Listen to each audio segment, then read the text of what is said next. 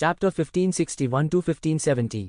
हालांकि उनके सामने तथ्यों ने उन्हें यह विश्वास करने के लिए मजबूर कर दिया कि वास्तव में ऐसा ही था। येजिवेन ने येजिवेन के हाथ में एक छोटे चूजे की तरह पकड़ रखा था, जबकि येजिवेन ने अपने दूसरे हाथ में संप्रदाय की तलवार पकड़ी हुई थी।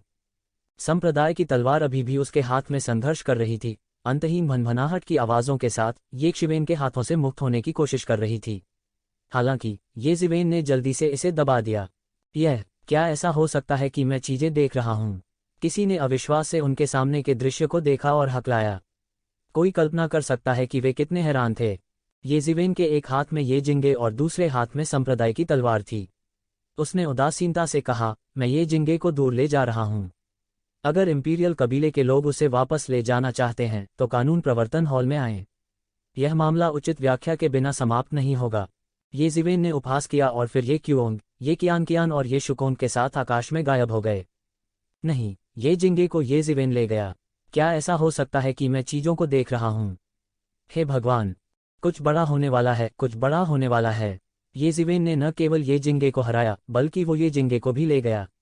इंपीरियल कबीले का महल निश्चित रूप से अपमानित हुआ है।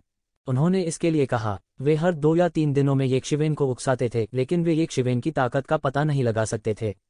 यदि संप्रदाय के बुजुर्ग व्यक्तिगत रूप से कार्रवाई करते हैं तो येजिवेन कहाँ बच पाएगा? संप्रदाय के बुजुर्ग व्यक्तिगत रूप से कार्रवाई करते हैं, यह कैसे संभव है? येजिवेन अपने बारे में क्या सोचते हैं? केवल कानून प्रवर्तन हॉल मास्टर येजेंटियन संप्रदाय के बुजुर्ग को कार्रवाई करने के लिए कह सकते हैं। उद्धरण चिन्ह। सभी में अचानक हड़कंप मच गया। इसे आकाश के माध्यम से छेदना माना जा सकता है। सभी की राय में येजिवेन बड़ी मुसीबत में थी। वह बड़ी मुसीबत में था। येजिवेन की ये जिंगे को हराने और कानून प्रवर्तन हॉल में वापस लाने की खबर तेजी से ये परिवार में फैल गई। पहले तो कई लोगों ने इस पर विश्वास करने से इनकार कर दिया। आखिरकार यह मामला अविश्वसनीय था, चाहे वे इसे कैसे भी देखें।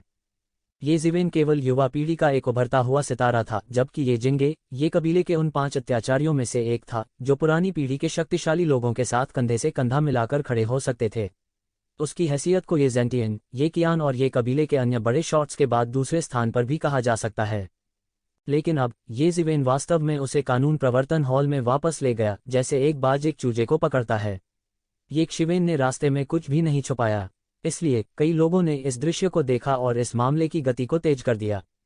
येजिवेन हाल ही में कानून प्रवर्तन हॉल में लौटी थी, लेकिन यह खबर पहले ही पूरे ये कबीले में फैल चुकी थी। क्या दानव कबीले के अवशेषों ने वास्तव में ये जिंगे को पकड़ लिया था? धिक्कार है, येजेंटियन को आदमी को सौंपने के लिए कहो, कमीने। जल्द ही इंपीरियल कबीले पैलेस के बड़े शॉट्स की गर्जना सुनी जा सकती थी। येजिवेन ने कई बार इंपीरियल कबीले पैलेस के अधिकार को चुनौती दी थी। उनके लिए यह बिल्कुल असहनीय था। बेशक उन्हें नहीं लगा कि येजिवेन को रोकने के लिए लोगों को भेजने में कुछ गलत था। वास्तव में यह इसलिए भी था क्योंकि वे येजिवेन के प्रदर्शन के बारे में बहुत सोचते थे। इंपीरियल कबीले पैलेस द्वारा व्यक्तिगत रूप से भेजे जाने के लिए एक सामान्य व्यक्ति कैसे योग्य हो सकता है? इंपीरियल कबीले पैलेस के पक्ष में दंगे की तुलना में कानून प्रवर्तन हॉल इस बार भी अधिक उत्तेजित था। यह पिछली बार एक बार पहले ही हो चुका था जब इंपीरियल कबीला पैलेस बिना किसी कारण के येजिवेन को पकड़ना चाहता था। अंत में कबीले मास्टर की मध्यस्थता के बाद दोनों पक्ष बमुश्किल शांत हो पाए। हालांकि दोनों पक्षों के बीच शिकायतों का समाधान नहीं किया गया था। हालांकि उन्होंने इस बार फिर से येजिवेन पर हमला किया था। येजेंटियन विशेष रूप से उग्र थे। क्या उन्हें लगता है कि हमारा लॉ एनफोर्समेंट हॉल एक धक्का देने वाला है जिसे कोई भी धमका सकता है? इंपीरियल क्लान कोर्ट के गुस्से का सामना करने पर लॉ एनफोर्समेंट हॉल की प्रतिक्रिया बहुत सरल थी। उन्होंने उनसे येजिवेन को सौंपने का अनुरोध किया था। वे व्यक्तिगत रूप से माफी मांगने और उचित स्पष्टीकरण देने आए थे। अन्यथा वे येजिवेन को दूर नहीं ले जा सकेंगे। दोनों दिग्गज जैसे संगठन मौके पर सीधे एक दूसरे से भिड़ गए। इंपीरियल कबीले पैलेस के लिए किसी ने भी इस तरह अपनी महिमा को भड़काने की हिम्मत नहीं की थी। उनका सबसे उत्कृष्ट शिष्य वास्तव में एक मरे हुए कुत्ते की तरह पकड़ लिया गया था। कानून प्रवर्तन हॉल के लिए वे इस तथ्य को स्वीकार नहीं कर सकते थे कि इंपीरियल कबीले के महल ने बार बार अपने पंजों से अपने सबसे उत्कृष्ट शिष्य येजिवेन को पकड़ा था। दोनों पक्षों ने देने से इनकार कर दिया और एक गंभीर संघर्ष भी छिड़ सकता है। हालांकि यह 2 प्रमुख ताकतों के बीच टकराव था। ये कबीले के अधिकांश लोगों के लिए ये ऐसे मुद्दे नहीं थे जिनकी उन्हें परवाह करने की आवश्यकता थी। उनके लिए इस बार येजिवेन ने वास्तव में सभी को चकित कर दिया था। यदि येज़िवेन को केवल पहले ही प्रसिद्धि में वृद्धि माना जाता था, तो इस बार उसने सभी को चकित कर दिया था और सीधे अनगिनत लोगों के दिलों में एक शीर्ष व्यक्ति बन गया था। ये जिंगे की लाश पर खड़े होकर यह तथाकथित हंसी थी। शायद बहुत से लोग अभी भी भ्रमित थे कि एक शिवेन कौन थी। हालांकि जब ये जिंगे की बात आई तो लगभग हर कोई उसके बारे में जानता था। फिर भी इस तरह के आंकड़े को ये शिवेन ने हरा दिया। यह येज़िवेन को पूरे ये कबीले में रातों रात प्रसिद्ध करने के लिए पर्याप्त था। कुछ समय के लिए एक के बाद एक तरह तरह की चर्चाएं होने लगीं। क्या मैंने गलत सुना? ये जिंगे को येज़िवेन ने हरा दिया था। न केवल वह येज़िवेन से हार गया था, बल्कि उसे एक मरे हुए कुत्ते की तरह पीटा गया था। वह येज़िवेन का विरोधी बिल्कुल भी नहीं था। और ऐसा कहा जाता है कि ये जिंगे ने दिव्यलोक के 7वें स्तर में प्रवेश कर लिया है, लेकिन वह अभी भी येज़िवेन का विरोधी नहीं है। येज़िवेन कितना अत्याचारी है! हे भगवान, ऐसा अत्याचारी व्यक्ति कैसे हो सकता है? और ऐसा कहा जाता है कि ये कियान और ये ज़ुकोंग ने भी दिव्य क्षेत्र के 7वें स्तर में प्रवेश किया है। उनकी तुलना मूल 5 हेगमन्स से की जा सकती है। ऐसा लगता है कि हमारे ये क्लैन के 5 हेगमन्स की रैंकिंग, जो कई वर्षों से हिली नहीं है, को पुनर्व्यवस्थित किया जा रहा है। बहुत से लोग उत्तेजित होने लगे। मूल रूप से ये कबीले के 5 हेगमनों का उनसे कोई लेना देना नहीं था। यह रैंकिंग कई साल पहले निर्धारित की गई थी और मूल रूप से उनके साथ कोई सीधा संबंध नहीं था। आम लोगों के लिए 5 टायरेंट्स एक ऐसा अस्तित्व था जिसे वे केवल देख सकते थे। वे पौराणिक अस्तित्व की तरह थे, लेकिन अब किसी ने इस रैंकिंग को चुनौती देकर हिलाकर रख दिया है। उनके लिए यह मुर्गे के खून का इंजेक्शन लगाने के समान था। यह ऐसा था जैसे वही थे जिनके पास यह अवसर था, क्योंकि कोई बात नहीं, येज़िवेन, ये कियान और अन्य भी चुनौती देने वाले थे। और सबसे महत्वपूर्ण बात, ये जीवेन सफल हुई थी। पूर्वी अत्याचारी स्वर्ग के ये जिंगे, जो 5 हेगमनों में से एक थे, येज़िवेन के हाथों में एक कागज के शेर की तरह थे। वह आसानी से हार गया। इससे उन्हें उम्मीद बंधी। यह पता चला कि 5 हेगमन ऐसे अस्तित्व नहीं थे जिन्हें चुनौती नहीं दी जा सकती थी। वे भी मनुष्य थे और वे असफल होंगे। वे देवता नहीं थे। इसके अलावा कई लोगों की नज़र में यह अभी भी अज्ञात था कि ये कियान और ये ज़ुकोंग कैसा प्रदर्शन करेंगे। कम से कम येज़िवेन ने पर्याप्त निरंकुश ताकत दिखाई थी। कुछ लोगों ने उन्हें पहले से ही नए पूर्वी अत्याचारी स्वर्ग के रूप में पहचान लिया था। इस संबंध में इंपीरियल कबीले का दरबार बहुत नाराज था। हालांकि जनता के मुंह पर काबू पाने का कोई तरीका नहीं था। सब समझ गए कि नदी से अच्छा जनता के मुंह को रोकना अच्छा है। इसके अलावा यह एक तथ्य था कि ये जिंगे को एक शिवेन ने हरा दिया था। कई लोगों ने इसे अपनी आंखों से देखा था, इसलिए इसे नकारना संभव नहीं था। ये जिंगे की प्रतिष्ठा अचानक गिर गई और वह अचानक 5 महापुरुषों से बाहर हो गया। हालांकि उन्हें अभी भी युवा पीढ़ी के 5 सबसे मजबूत लोगों में से एक के रूप में पहचाना जाता था, लेकिन अब उनकी तुलना 5 हेगमन से नहीं की जा सकती थी। ये क्लान में कई शीर्ष विशेषज्ञ थे, लेकिन 5 हेगमन्स में केवल 5 लोग थे। यह तब तक नहीं बदलेगा जब तक कि वे अन्य विशेषज्ञों से नहीं हार जाते जो 5 हेगमन्स का हिस्सा थे। एक बार जब वे एक ऐसे विशेषज्ञ से हार गए जो 5 हेगमनों का हिस्सा नहीं था, तो उनकी स्थिति तुरंत नीचे खींच ली जाएगी। वह रहस्यमयी वेदी जिस पर कई वर्षों से पर्दा पड़ा हुआ था, सबके सामने अर्थहीन थी। येज़िवेन द्वारा पराजित होने के बाद ये जिंगे अब गौरवशाली पूर्वी अत्याचारी स्वर्ग नहीं रह गया था। जब तक येज़िवेन को फिर से हराने का कोई तरीका नहीं होता, उसके लिए पूर्वी अत्याचारी स्वर्ग की स्थिति को फिर से हासिल करना असंभव होगा। हालांकि इस संबंध में आमतौर पर हर कोई ये जिंगे के बारे में आशावादी नहीं था। उसे येज़िवेन ने एक भी चाल से नहीं हराया था, लेकिन वह आसानी से येज़िवेन से हार गया था। यह दिखाने के लिए काफी था कि दोनों पक्षों की ताकत के बीच बहुत बड़ा अंतर था। ये जिंगे के लिए ये शिवेन को फिर से हराना आसान नहीं होगा। यह भी कहा जा सकता है कि कोई उम्मीद ही नहीं थी। वहीं 5 महापुरुषों की ताकत भी चर्चा का विषय बन गई थी। 5 हेगमनों में ये कून सबसे मजबूत था और वह अन्य 4 से बहुत आगे था। यह भी सभी ने पहचाना। दूसरों की नज़र में ये कून को छोड़कर अन्य 4 हेगमनों की खेती लगभग समान होनी चाहिए। इसलिए इस तथ्य से कि येज़िवेन ने ये जिंगे को आसानी से हरा दिया, उसे अन्य 3 दिग्गजों को भी आसानी से हराने में सक्षम होना चाहिए। फिर एकमात्र रहस्य यह था कि क्या येज़िवेन जोंग बातियन को हरा सकता है और ये कबीले की युवा पीढ़ी का सबसे मजबूत व्यक्ति बन सकता है। इस संबंध में यह कहा जा सकता है कि दोनों पक्षों के अपने अपने तर्क थे और कोई भी दूसरे को मना नहीं सका। दोनों पक्षों में भारी संख्या में समर्थक थे। हालांकि इस बहस का नतीजा सिर्फ इतना हो सकता था कि कोई निष्कर्ष नहीं निकला। तुकून की अत्याचारी ताकत लंबे समय से सभी के दिलों में गहराई से अंकित थी। हालांकि येज़िवेन की अत्याचारी ताकत नकली भी नहीं थी। ये जिंगे को आसानी से हराना एक स्पष्ट प्रमाण था। येज़िवेन के नाम ने अकेले इस लड़ाई से दुनिया को हिलाकर रख दिया था। सभी के दिलों में वह इतना मजबूत था कि ये कून का मुकाबला कर सके। हालांकि उन्होंने कोई फर्क नहीं पड़ता कि कैसे अनुमान लगाया, यह सिर्फ एक अनुमान था। सभी की राय में ये ज़िवेन और ये कूंग आमने सामने नहीं लड़े थे। सारी जीत और हार उनके अपने अनुमान थे। इसने दोनों की पहले से ही रहस्यमय ताकत में एक और पर्दा डाल दिया। हालांकि केवल ये ज़िवेन, ये कूंग, ये कियोंग, ये कियान और ये ज़ुकोंग जानते थे कि वे पहले नहीं लड़े थे। ये ज़िवेन और ये कूंग के बीच पहले एक निर्णायक लड़ाई हुई थी और उस लड़ाई का परिणाम ये ज़िवेन की हार थी। वास्तव में अगर ये कियोंग ने उसकी मदद नहीं की होती तो हो सकता है कि ये कूंग उसे वहीं मार देता। हालांकि इस नतीजे को लेकर चारों आश्चर्यजनक रूप से खामोश रहे। ये ज़िवेन और अन्य लोगों के लिए यह एक ऐसी हार थी जो प्रचार के लायक नहीं थी, लेकिन ये कूंग के लिए न केवल वह उनके खिलाफ योजना बनाने में विफल रहे, बल्कि उन्हें एक बड़ा नुकसान भी उठाना पड़ा। यह एक अपमान के लिए काफ़ी था, इसलिए स्वाभाविक रूप से वह इसका उल्लेख करने की पहल नहीं करेगा।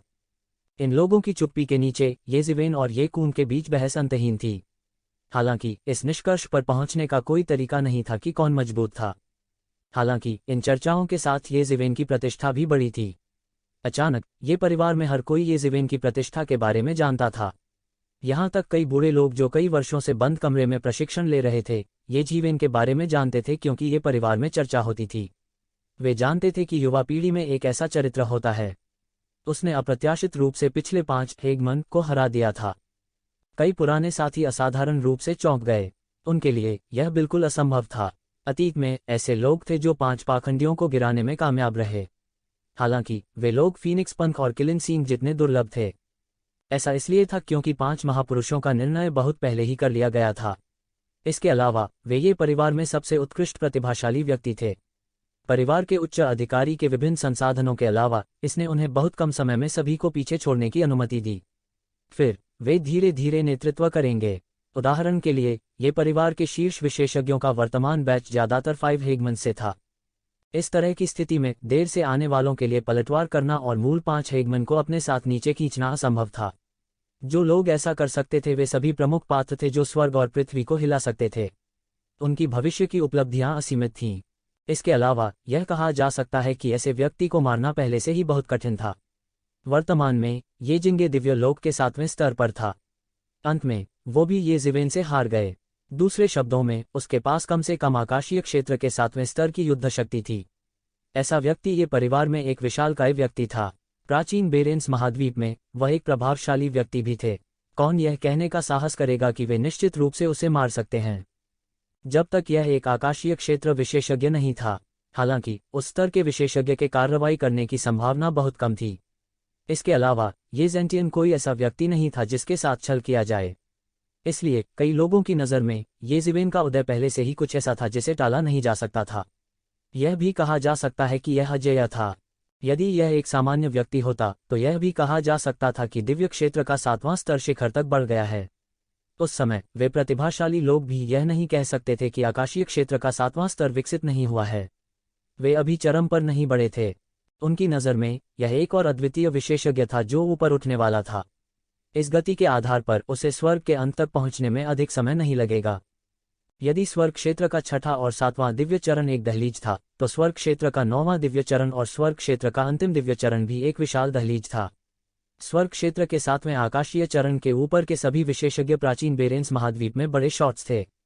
हालांकि वे लोग जिन्होंने वास्तव में प्राचीन बैरन के जीवन और मृत्यु को निर्धारित किया था, स्वर्ग क्षेत्र अंत दिव्य चरण के शिखर पर लोगों का एक छोटा समूह थे। केवल स्वर्ग के अंत तक बढ़ने से ही कोई व्यक्ति वास्तव में प्राचीन उजाड़ युग को नियंत्रित करने में सक्षम होगा।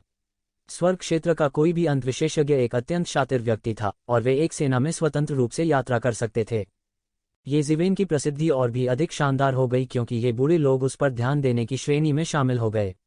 बहुत से लोग जो पहले ये ज़िवेन का नाम नहीं जानते थे उन्हें इस समय भी जानते थे। लेकिन जो भी हो, ये ज़िवेन ने पहले ही पूर्वी अत्याचारी का खिताब हासिल कर लिया था। 1 महीने से भी कम समय में ये ज़िवेन जनता की गपशप के तहत नया पूर्वी अत्याचारी बन गया था। मूल ये जिंगे के लिए वह अभी भी कानून प्रवर्तन हॉल की जेल में बंद था।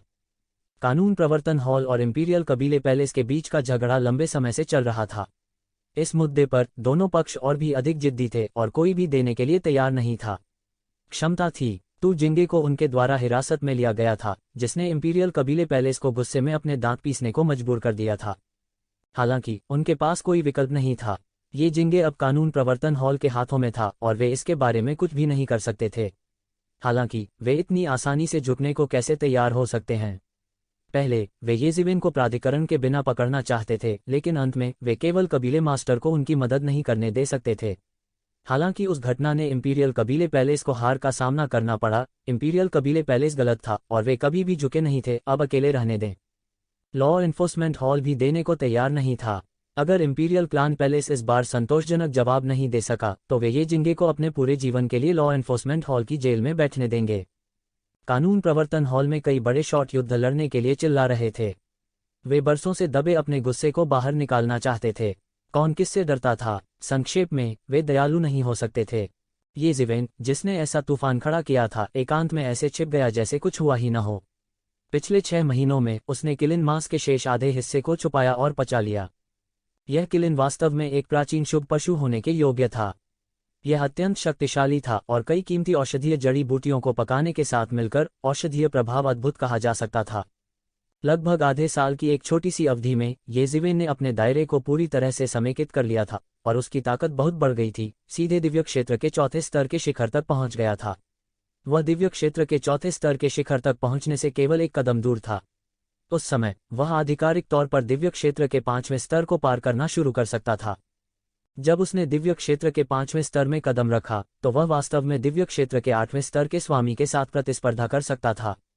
उस समय अगर वह ये कून का सामना करता तो भी वह नहीं डरता। वह ये कून से भी लड़ सकता था। ये कून के साथ आखिरी लड़ाई ने उन्हें अपने और ये कून के बीच की खाई का एहसास कराया। ये कून पहले से ही दिव्य क्षेत्र के 7वें स्तर के शिखर पर था और उसने अभी अभी दिव्य क्षेत्र के चौथे स्तर पर कदम रखा था। उस समय वह वास्तव में ये कून के विरोधी नहीं थे। लेकिन अब अगर उसने फिर से ये कून का सामना किया और उसकी ताकत नहीं बढ़ी तो येज़िवेन को भरोसा था कि वह उसके साथ समान रूप से लड़ सकता है और वह पहले जैसी कठिन स्थिति में नहीं होगा। लेकिन वह समझ गया कि यह पर्याप्त नहीं था, काफी दूर था। ये कून के साथ समान रूप से लड़ने में सक्षम होना अभी भी पर्याप्त नहीं था। अपनी सुरक्षा सुनिश्चित करने के लिए उसे उस स्तर तक पहुंचना होगा जहां वह ये कून को हरा सके। यह बहुत कठिन था। आखिरकार ये कून भी एक अद्वितीय प्रतिभाशाली व्यक्ति थे और उनके पास बहुत सारे संसाधन थे। उसकी खेती की प्रगति भी भयानक रूप से तेज थी।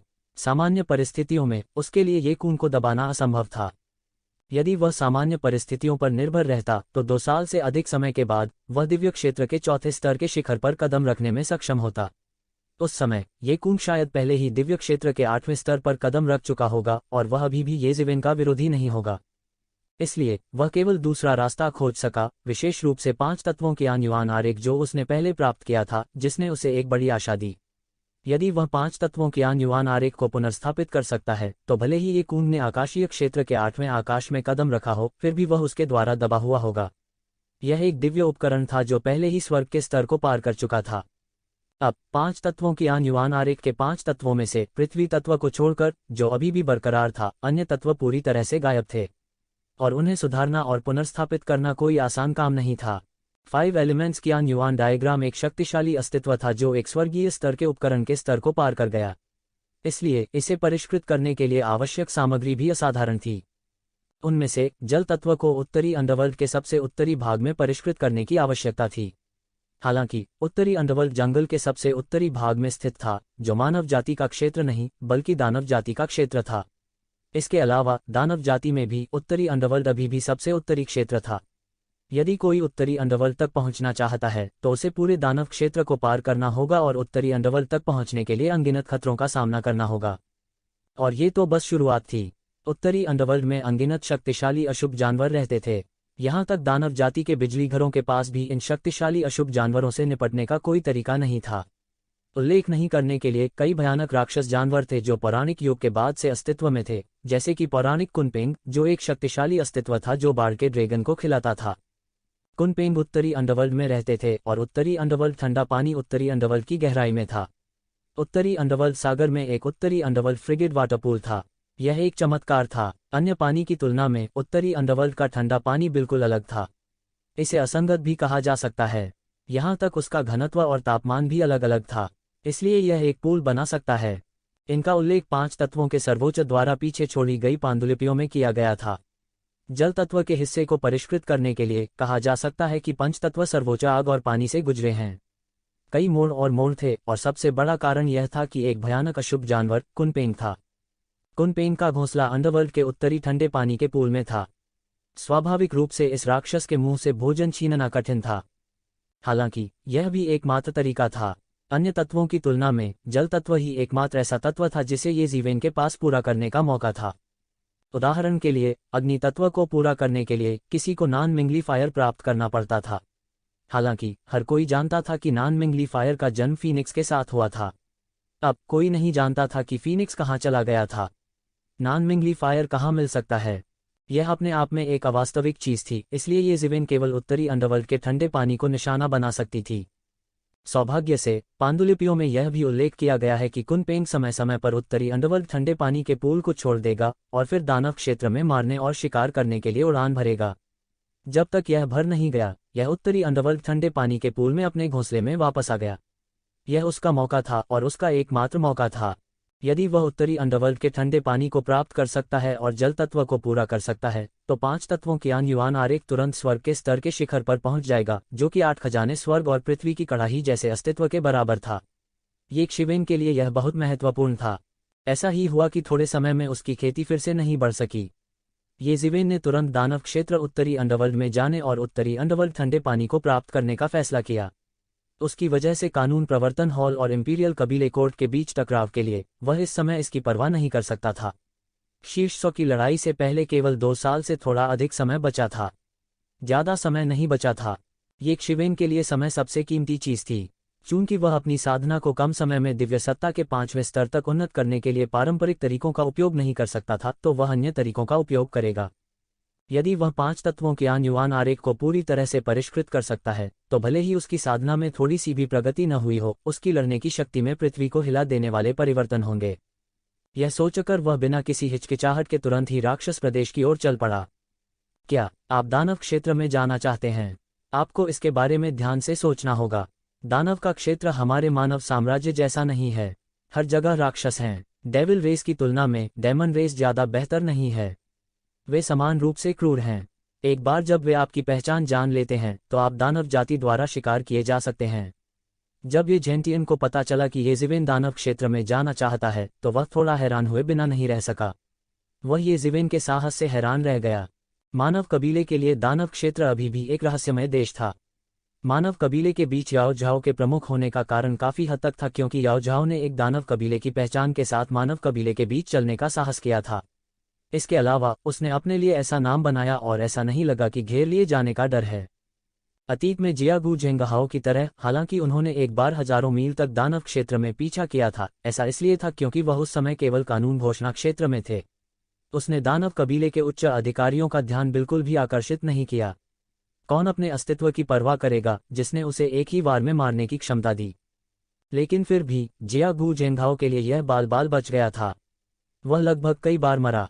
इस घटना के बाद यह जियागू झेंगहाओ की महान उपलब्धियों में से एक बन गई। उन्हें हर बार इस बात का जिक्र करना चाहिए।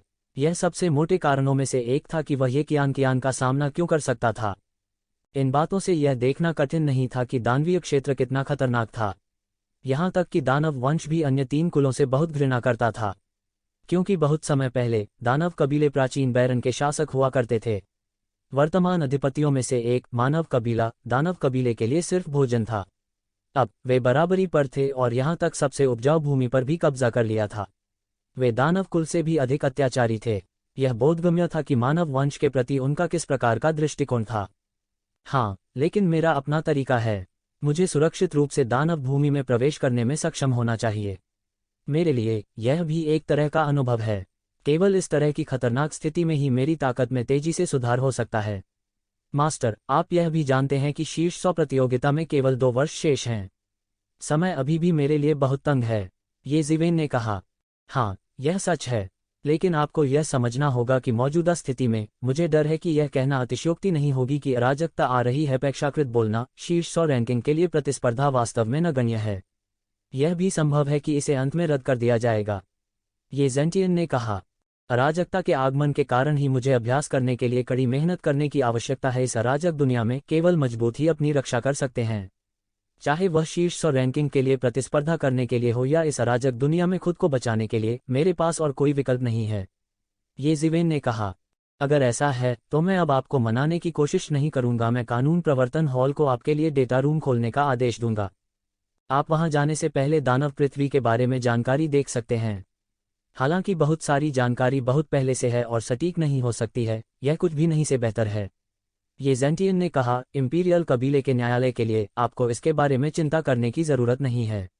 मैं इस मामले से निपटने में आपकी मदद करूंगा। यदि वे आपके लिए मांस का एक मोटा टुकड़ा नहीं थूकते हैं तो मैं उन्हें जाने नहीं दूंगा। उद्धरण चिन्ह। कानून प्रवर्तन हॉल ये कबीले के कानूनों का प्रभारी था। हालांकि डेटा रूम में जानकारी का विवरण डाक हॉल जितना विस्तृत नहीं था, फिर भी यह बहुत अच्छा था। ये वंश के पूर्वजों द्वारा पीछे छोड़ी गई बहुत सारी जानकारी और हस्तलिखित नोट्स भी थे। दानव मिट्टी के बारे में भी कई रिकॉर्ड थे। यह इंसानों के लिए सबसे रहस्यमयी जगह थी। ये वंश के कई पूर्वजों ने इस जगह की खोज की थी और अपने पीछे बहुत सारी जानकारी छोड़ गए थे। हालांकि बहुत सारी जानकारी हजारों साल पहले छोड़ दी गई होगी, फिर भी यह कुछ भी नहीं से बेहतर थी। तो ये ज़िवेन ने मना नहीं किया। वह 3 दिन और 3 रात डेटा रूम में रहे। उन्होंने दानव जाति और दानव क्षेत्र के बारे में सभी प्रकार की जानकारी ब्राउज की। इसे याद करने के बाद उन्होंने उत्तरी दानव क्षेत्र की ओर प्रस्थान किया। ये ज़िवेन के ये कबीले छोड़ने के बाद उन्होंने महसूस किया कि 1 महीने पहले से युद्ध की स्थिति बहुत बदल गई थी। 1 महीने पहले दानव जाति का मुख्य बल अभी भी इंपीरियल कोर्ट को घेर रहा था और अभी तक प्राचीन बेरेंस महाद्वीप को प्रभावित करना बाकी था। लेकिन अब दानव जाति ने प्राचीन बेरेंस महाद्वीप में युद्ध की लपटें फैला दी थीं। दानव जाति के कई छिपे हुए जासूस अचानक से जिंदा हो गए। दानव पूजा करने वाले धर्म और दानव जाति के कुछ शक्तिशाली विशेषज्ञों के बीच सहयोग के अलावा संपूर्ण प्राचीन बेरेंस महाद्वीप युद्ध की स्थिति में था। और यह ठीक मानव जाति की नींव को हिला रहा था। इनमें से अधिकांश नश्वर लोगों के पास कोई साधना नहीं थी और वे सामान्य जीवन जीते थे। कई शक्तिशाली योद्धाओं की दृष्टि में ये नश्वर चींटियों से अलग नहीं थे। हालांकि इन नश्वर लोगों ने मानव जाति की नींव रखी। इन नश्वर लोगों के बिना वे शक्तिशाली विशेषज्ञ चाहे कितने भी शक्तिशाली क्यों न हो, वे जड़विहीन डिक्वीड की तरह होंगे। प्राचीन बेरेंस महाद्वीप में मानव जाति के कई विशेषज्ञ ये वंश जैसे प्रसिद्ध कुलों से आए थे। हालांकि उनमें से ज्यादातर इन चींटियों जैसे नश्वर लोगों से आए थे। यह बड़ी संख्या में नश्वर थे जिन्होंने मानव जाति के लिए प्रतिभाओं की अंतहीन आपूर्ति प्रदान की। जब ये नश्वर समृद्ध हुए तभी मानव जाति को समृद्ध माना जा सकता है। बहुत से लोग इस तर्क को समझ गए, जिसमें दानव जाति भी शामिल थी। वे जानते थे कि उनकी ताकत इंपीरियल कोर्ट और एक ही समय में अन्य मार्क्विस की सेना को घेर नहीं सकती थी। हालांकि यह नश्वर लोगों के बीच युद्ध की ज्वाला को प्रज्वलित करने के लिए पर्याप्त था। एक पल में प्राचीन बेरेंस का पूरा महाद्वीप युद्ध की लपटों से भर गया। ऐसी स्थिति का सामना करते हुए 4 शाही कुलों, 28 मार्किस कुलों और विभिन्न संप्रदायों के विशेषज्ञों ने महाद्वीप में घुसपैठ करने वाली दानव जाति को मारने के लिए अपने सबसे मजबूत विशेषज्ञों को भेजा। हर जगह लड़ाई देखी जा सकती थी। चारों ओर युद्ध की ज्वाला धधक रही थी। हर जगह वीरानी के निशान थे। शैतान कबीले और मानव कबीले के विशेषज्ञों के बीच लड़ाई किसी भी समय देखी जा सकती थी। शैतान वंश द्वारा घुसपैठ की गई कई जगहें अब पहले की तरह समृद्ध नहीं रहीं। वे बहुत सुनसान लग रहे थे। अगर ये ज़िवेन को शाही कबीले के दरबार से छिपना नहीं पड़ता तो वह पहले से ही महाद्वीप के चारों ओर चल रहे दानव जाति के इन अवशेषों को मारने के लिए निकल चुका होता। वह पूरे उत्तर की ओर चला गया और जब भी उसे शैतान जाति की कोई शरारत मिली तो उसने निर्दयता से उन सभी का सिर काट दिया। उसकी ताकत कितनी शक्तिशाली थी। यहाँ तक सेलेस्टियल बीइंग रियलम की 7वीं स्वर्गीय परत के विशेषज्ञ भी उसके मैच नहीं थे। अकेले इन शैतानों या बाइमोजियो के मार्शल कलाकारों जिन्होंने बाघ के साथी के रूप में काम किया था। असली विशेषज्ञ अभी भी इंपीरियल कोर्ट को घेर रहे थे और किसी भी जनशक्ति को नहीं छोड़ सकते थे। अभी वे केवल युद्ध की ज्वाला को प्रज्वलित करने और मानव जाति की स्थिति को भंग करने के लिए यहाँ थे। इसलिए ये ज़िवेन मूल रूप से अजेय थी। वह जहाँ भी गया दानव जाति का उसके द्वारा वध कर दिया गया। वे उनके विरोधी बिल्कुल नहीं थे। हालांकि यह बेकार था क्योंकि अकेले उसकी ताकत बहुत कमजोर थी। अनगिनत वर्षों से चल रही दानव जाति की शक्ति का सामना करते हुए वह युद्ध की लपटों को अधिक से अधिक तीव्रता से फैलने से नहीं रोक सका, भले ही उसने मारने की पूरी कोशिश की हो। शहर, गांव और कस्बे जो टूट गए थे हर जगह देखे जा सकते थे। मानव जाति के बचे हुए लोग रो रहे थे मानो वे स्वर्ग के अन्याय के बारे में शिकायत कर रहे हों। ऐसी प्राकृतिक और मानव निर्मित आपदाओं का सामना करते हुए नश्वर लोगों के पास अपनी रक्षा करने की थोड़ी सी भी ताकत नहीं थी। भले ही कई ताकतों ने उन शैतानों को मारने के लिए कई शिष्यों को भेजा था, त्रासदियां अभी भी अपरिहार्य और अपरिहार्य थीं। इस वजह से ये ज़िवेन ने रफ्तार नहीं बढ़ाई। उसने रास्ते में दानव जाति को मार डाला और दानव जाति के क्षेत्र में चला गया। इस तरह आधे साल तक मारने के बाद वह आखिरकार दानव जाति के क्षेत्र और मानव जाति के क्षेत्र के बीच की सीमा पर आ गया। इस आधे साल में येज़िवेन बाकी सब कुछ लगभग भूल चुकी थी। वहां केवल मारना, मारना और मारना था। वह राक्षसों के इलाके में जाने की जल्दी में नहीं था। इस मामले की तुलना में इन लोगों को उसकी मदद की ज़्यादा ज़रूरत थी। पिछले 6 महीनों में वह नहीं जानता था कि उसने कितने शैतानों को मार डाला था या बाइमोजियाओ के कितने गुर्गों ने उसके बुरे कामों में उसकी मदद की थी। बस बाइमोजियाओ के बड़े पैमाने के गढ़ों को उसके द्वारा पहले ही नष्ट कर दिया गया था। दानव जाति की हार के कारण प्राचीन बेरेंस महाद्वीप में दानव पूजा धर्म हमेशा कम महत्वपूर्ण रहा था। वे अपने गढ़ों के बारे में और भी अधिक गुप्त थे। लेकिन अब जैसा कि दोनों पक्ष फिर से युद्ध की लपटों में गिर गए, दानव जाति के आक्रमण में सहयोग करने के लिए वे अब और इंतजार नहीं कर सकते थे। उनके गढ़ भी खोजे गए थे। येज़िवेन ने इन निशानों का पालन किया और एक के बाद एक गढ़ों तक जाती रही। हर बार जब उसे कोई गढ़ मिल जाता तो वह बाइमोजियाओ और शैतान जाति के सभी विशेषज्ञों का सिर काट देता और किसी को जीवित नहीं छोड़ता। ये लोग सहानुभूति के योग्य नहीं थे और उन्हें जाने देना दूसरों के प्रति अपराध होगा। इस आधे साल में येज़िवेन ने भी दिव्य क्षेत्र के चौथे स्वर्गीय स्तर की अपनी साधना को पूरी तरह से समेकित कर लिया था। यह भी कहा जा सकता है कि वह दिव्य क्षेत्र के चौथे स्वर्गीय स्तर के शिखर पर चढ़ गया था। मूल रूप से येज़िवेन ने सोचा था कि दिव्य क्षेत्र के चौथे स्वर्गीय स्तर के शिखर पर चढ़ने में कम से कम 2 से 3 साल लगेंगे। लेकिन अब इस आधे साल में उसकी बिना रुके हत्या के साथ यह माना जा सकता है कि उसने समय से पहले दिव्य क्षेत्र के चौथे स्वर्गीय स्तर के शिखर पर कदम रखा है। आधे साल पहले की तुलना में उसकी ताकत में जबरदस्त बदलाव आया था। यह ऐसा था जैसे उसका पुनर्जन्म हुआ हो और उसने बपतिस्मा प्राप्त किया हो। खासकर उनकी आत्मा, यह और भी ज्यादा था। अपने साथी मनुष्यों को दुखद रूप से मरते देख प्रारंभिक क्रोध से लेकर बाद की चुप्पी तक वह दानव जाति का वध करते समय अधिक से अधिक निर्मम हो गया। आधा साल पहले वह अभी भी ये खून का विरोधी नहीं था। लेकिन अब अगर ये खून को उससे परेशानी होती तो शायद उसकी मौके पर ही मौत हो जाती। बेशक यह इस आधार के तहत था कि इस आधे साल में ये खून की ताकत में सुधार नहीं हुआ था। अगर ये खून ने स्काईरियल्म के 8वें आसमान में कदम रखा होता तो यह अभी भी येज़िवेन के लिए सिरदर्द होता।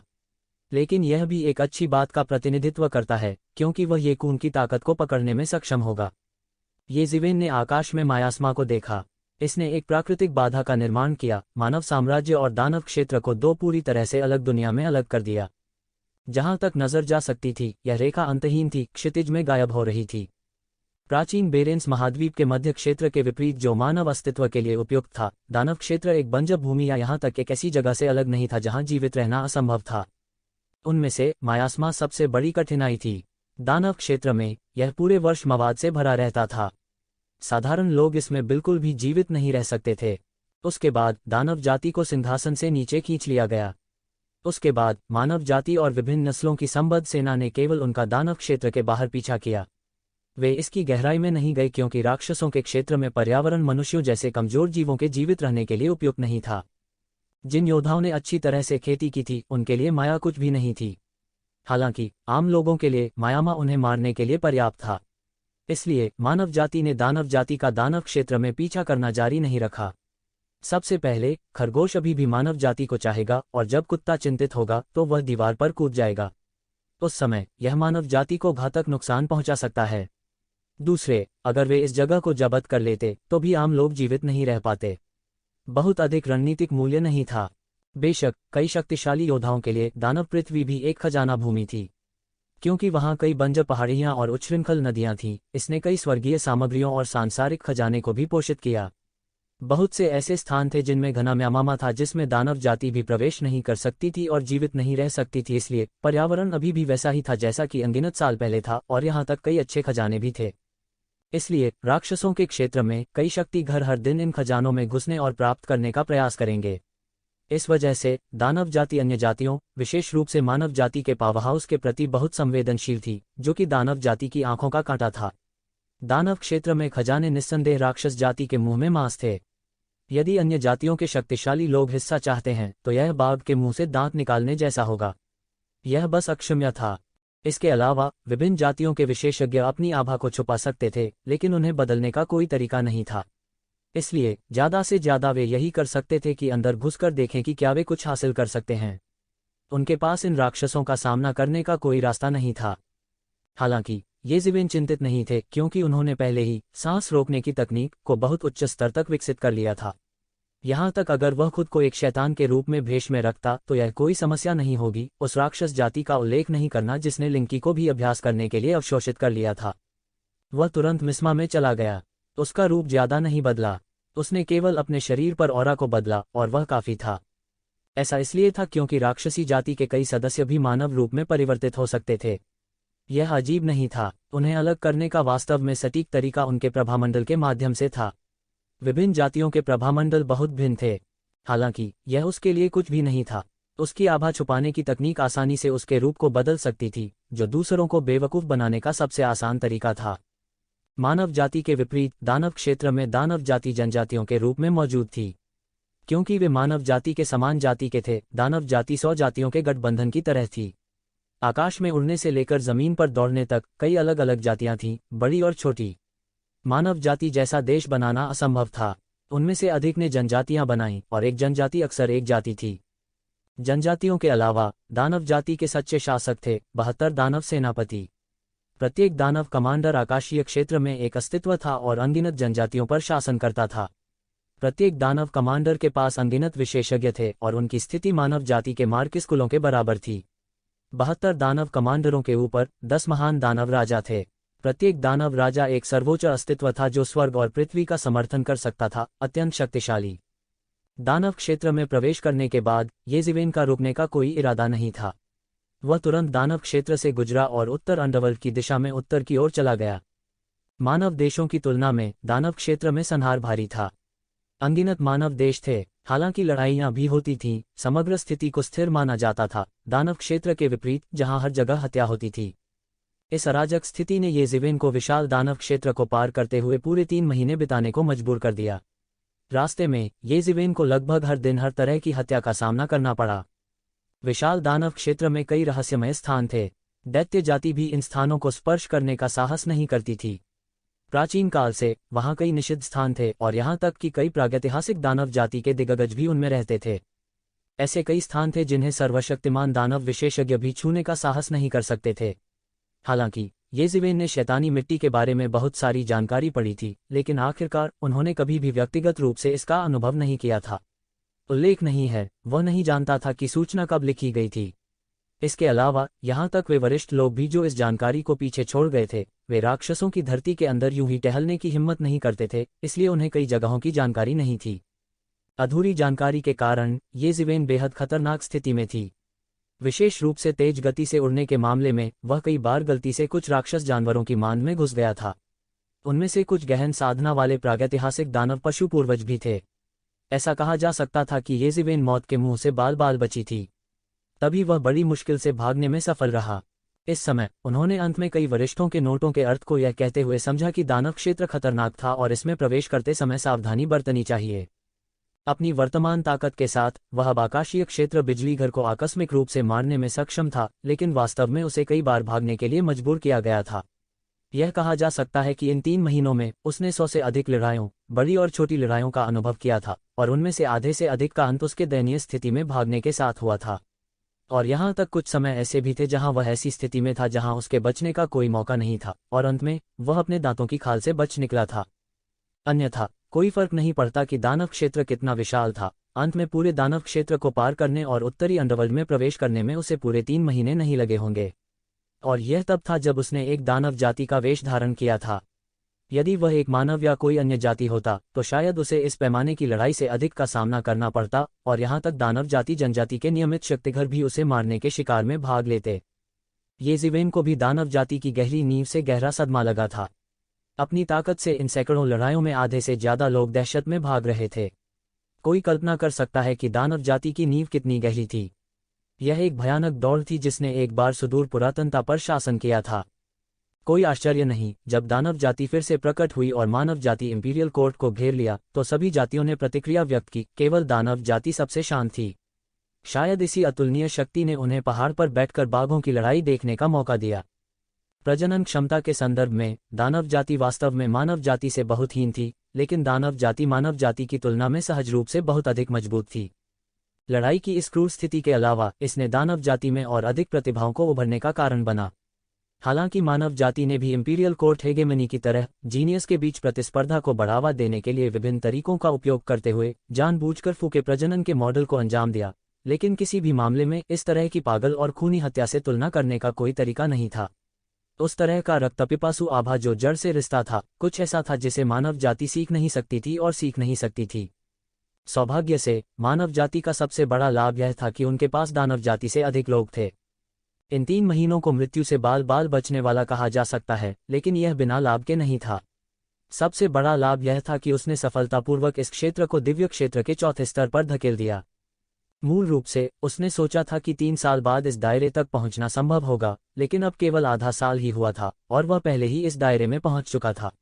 निश्चित रूप से शरीर में क्षमता के हर निशान को बाहर निकालने में सक्षम होने के लिए उन्हें सभी प्रकार की कठिनाइयों से गुजरना पड़ा। हालांकि वह बाहर लड़ रहा था, लेकिन उसके पास स्पिरिट क्रिस्टल की कमी नहीं थी। उन सैकड़ों स्पिरिट क्रिस्टल मिनरल वेन्स ने उसे पर्याप्त आत्मविश्वास दिया था। हालांकि उसने पिछले 3 महीनों में उनका बेईमानी से उपयोग किया था और अंततः कई संकटों के बीच शीर्ष पर आ गया था, लेकिन अंत में उसने केवल 3 स्पिरिट क्रिस्टल खनिज नसों को खर्च किया था, बस इतना ही। दूसरों के लिए यह पहले से ही उड़ाऊ पुत्र का व्यवहार हो सकता है। दिव्य क्षेत्र 7th लेवल के कई पावरहाउस, उनकी कुल संपत्ति बस यही थी, लेकिन ये ज़िवेन के लिए यह कुछ भी नहीं था। जब तक तेजी से प्रगति के लिए उसकी ताकत का आदान प्रदान किया जा सकता है, चाहे वह कितनी भी स्पिरिट क्रिस्टल मिनरल वेन्स का सेवन करे, यह अत्यधिक नहीं होगा।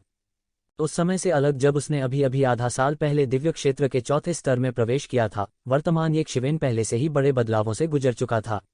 उसकी सांसें रुकी हुई थीं, शांत थीं और लंबे समय तक उसका पुनर्जन्म हुआ था।